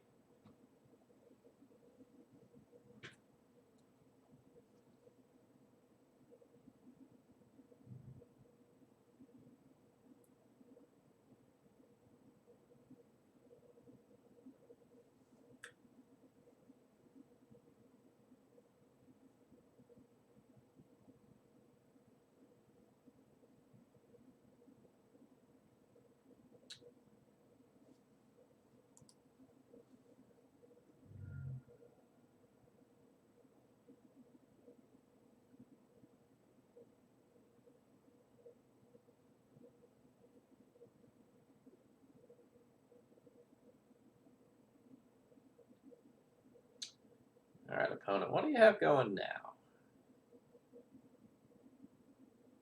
You've clearly got cards in hand that you can cast, otherwise you wouldn't be taking so long.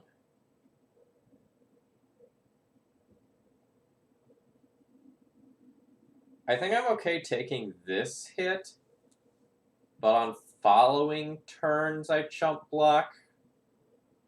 I want to keep a decent number of bodies around in case I draw something like a Gem Palm Incinerator.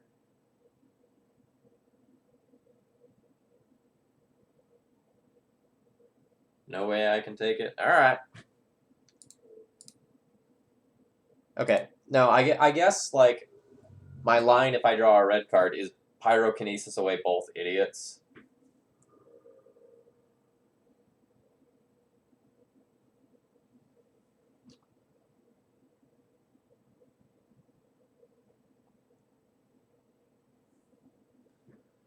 Okay, is playing this Thorn worth 2 damage when my opponent has 3 lands?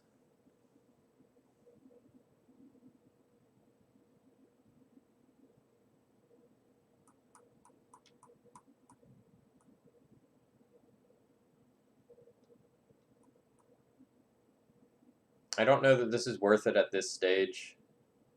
Like, once the Eidolon is gone, I'd be happy to play this. Yuck. I think I just pass.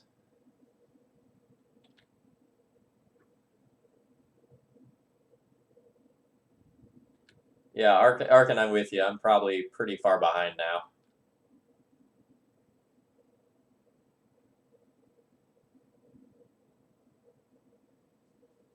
Like, I know I mulliganed the second game, but, like, looking at my opening hand in the first game, I thought this matchup was going to be fine. But I see why the people who play Goblins say it's very bad.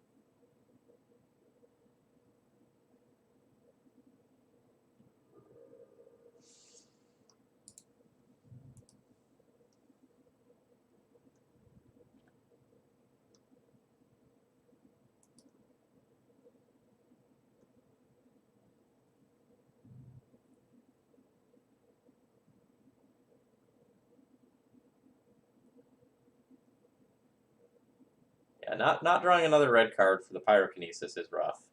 Like, it's a 2-for-1 that takes 2 bodies off the battlefield and, like, removes the Eidolon so my other cards become castable.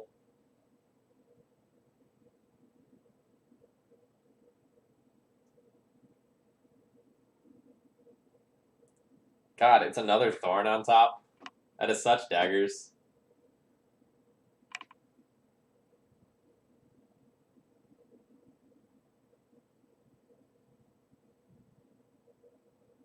Okay, how do I win this game? What if I trade both lackeys for Goblin Guide?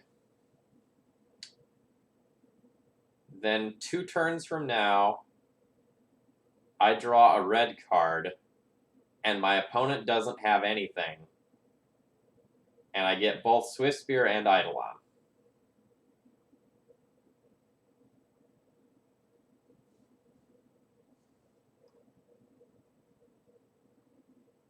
I think that is a way to win this game that otherwise I just don't have.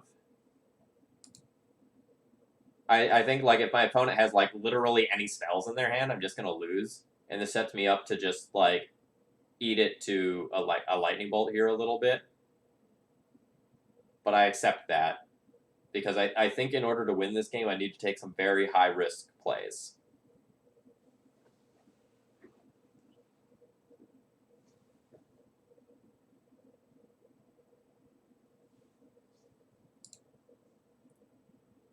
Oh, sorry, Chad. It occurs to me now that my webcam is, like, all sorts of tilted.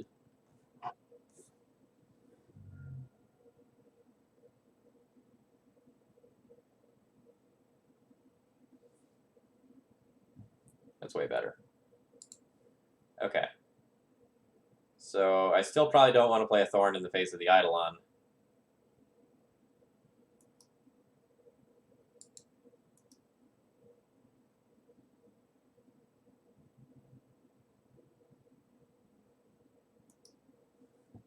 Okay, Bogglesworth, that's a good point.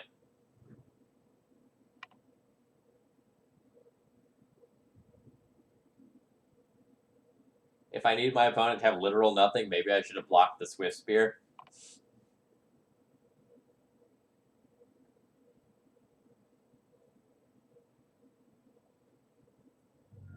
Oh, Olaf, I live in a house. It's nice. There's a window, air conditioning.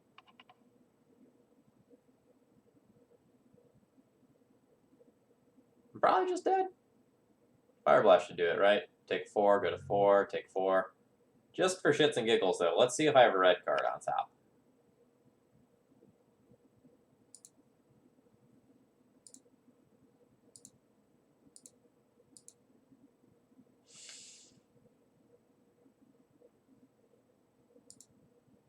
That one wasn't in the cards, chat. That one was not in the cards.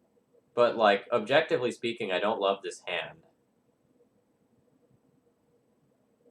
So I guess if my opponent's like a combo deck, I get to curve, like, Fnatic into Piledriver and just, like, attack for a bunch.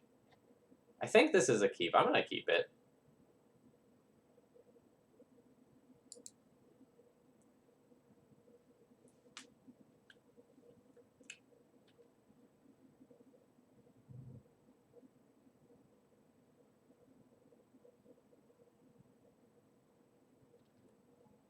We're just gonna get, like, fucking turn one.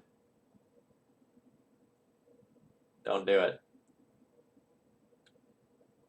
Hmm.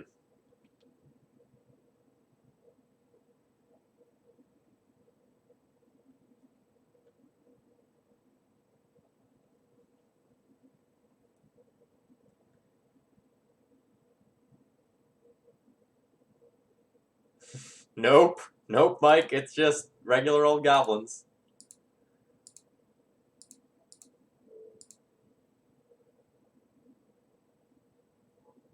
Alright, so I can go Lackey into Siege Gang, which is about as good as I could hope for against combo in game one, right?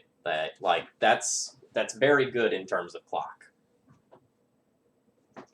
Well, I'll probably just die this turn.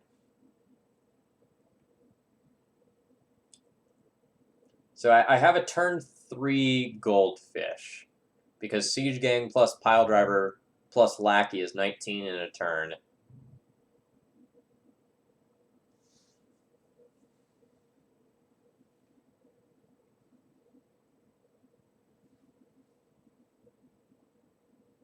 Oh shit. This was not what I expected. It is Tin Fins. The Matt Nass Tin Fins from the GP a while back. So if my opponent doesn't successfully go off this turn, I will just murder them. I will Tarfire their face, I will Mog Fnatic them, and they will die. But opponent gets to get children here, and then presumably like Shallow Grave that back, gain a bunch of life, go back to 20.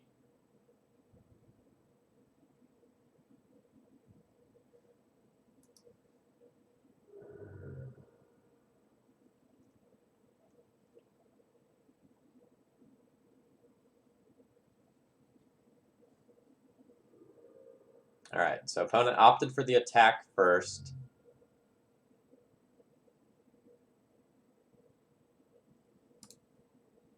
Oh, we're not 100% dead yet. Just like 95% dead.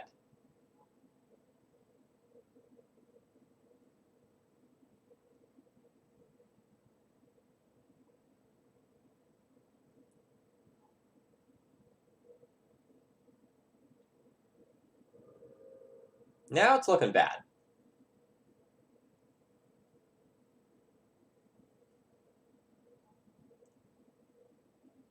The ley lines are going to feel good here. So my opponent should be able to just, like, Living Wish and kill me. They can just get, like, Laboratory Maniac and then draw the remainder of their library.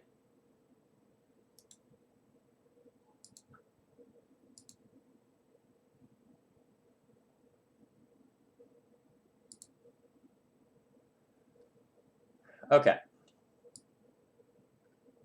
Relic and Needle are fine. Thorn's fine. Leyline's fine. I have a whole bunch of stuff that I can go and bring in. Maybe may even be too many cards to board in, but they all seem really good. I'm going to be, like, really decreasing the power of my ring leaders if I, like, board in this many cards, though. So I'm going to go Tarfire out, Fnatic out, Sharpshooter out, cut Whirlers so they can't reanimate them. I've learned this the hard way.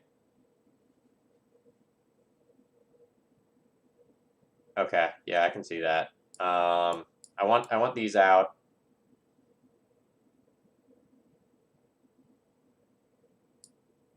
Yeah, I think I'm I think I agree with you about cutting these.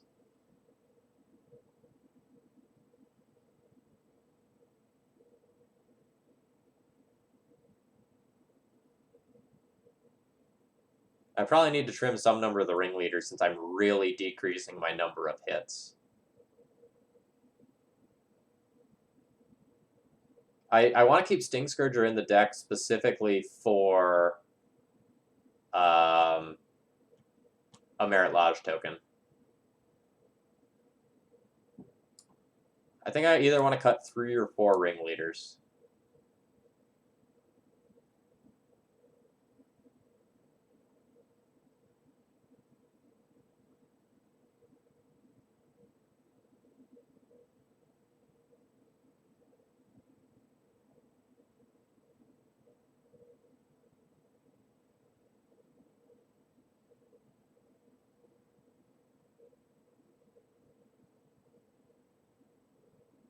Maybe it's 4 ringleaders. And I'm going so creature light now that I could almost see cutting pile. Almost.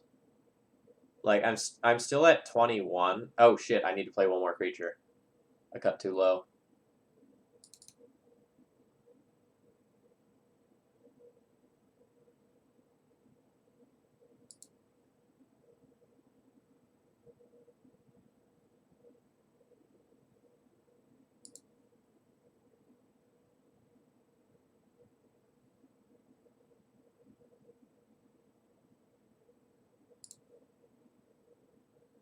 This hand is stellar.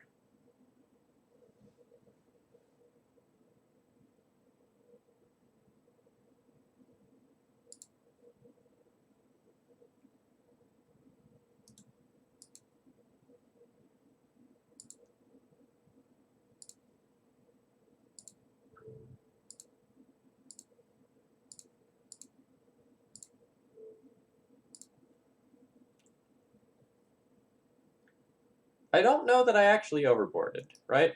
So I boarded, what was it, 10 cards? 4 ley lines, 4... No, it must have been 11. 4 ley lines, 4 thorns, 1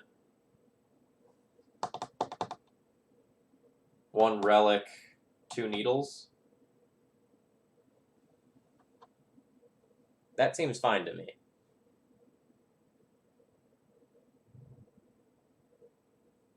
Like, the needles are really important for this sort of thing.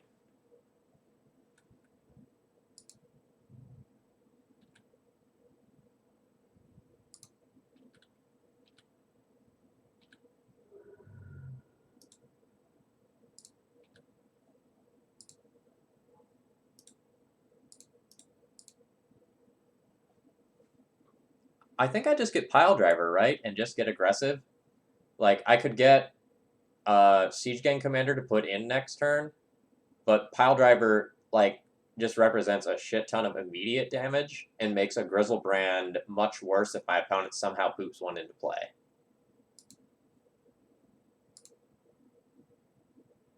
I'm in the combat damage set.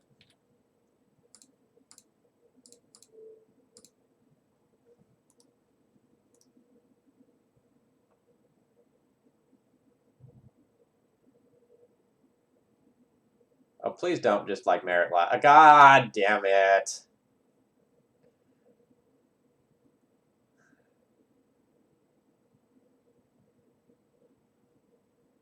I don't ask for much, but a Sting Scourger off the top would be pretty baller.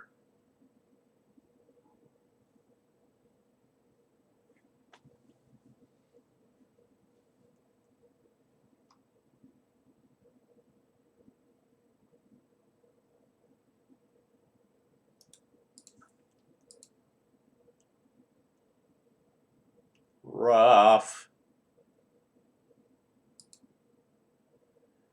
Alright, that was not a great league for me. But I had a lot of fun, and I learned a lot of really interesting things about this deck that weren't immediately obvious. Like, I very much liked the main deck that I put together. I felt like I had a lot of great tools on the table.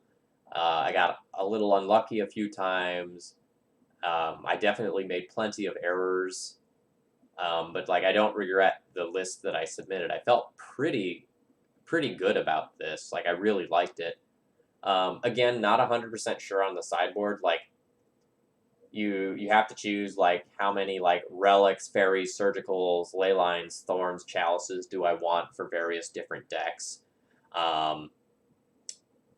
and like it's just a question of like how much do you want to hedge. Oh, okay. So like Olaf, now that you mentioned that, one thing I should probably bring up is that I opted to play a mono red list for stability. And there are other options. You can opt to splash white primarily for hate bears like either Sworn Canist and Thalia, which are largely better than Thorns. And you can also splash black for discard, the option to hardcast Leyline or Surgical, as well as Earwig Squad in the main deck.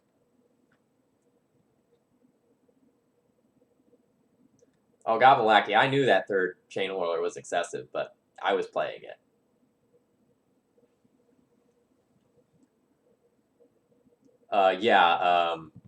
Containment Priest is another very good card that's worth splashing for as well. All right, so this is 100% a deck that I'd be willing to play again. There's still plenty to learn here. The lines were super interesting and fun, and like in the games of Magic that like I actually played, and they were quite interactive. I felt like I had a lot of tools on the table that would allow me to like leverage my deck knowledge had I had more deck knowledge. Yeah, there are other black cards you can splash for, like Grenzo, Dungeon Warden, I think is the name. But I've never been convinced that any of those cards are actually good. Splash blue for Goblin Electromancer. You heard it here first, folks.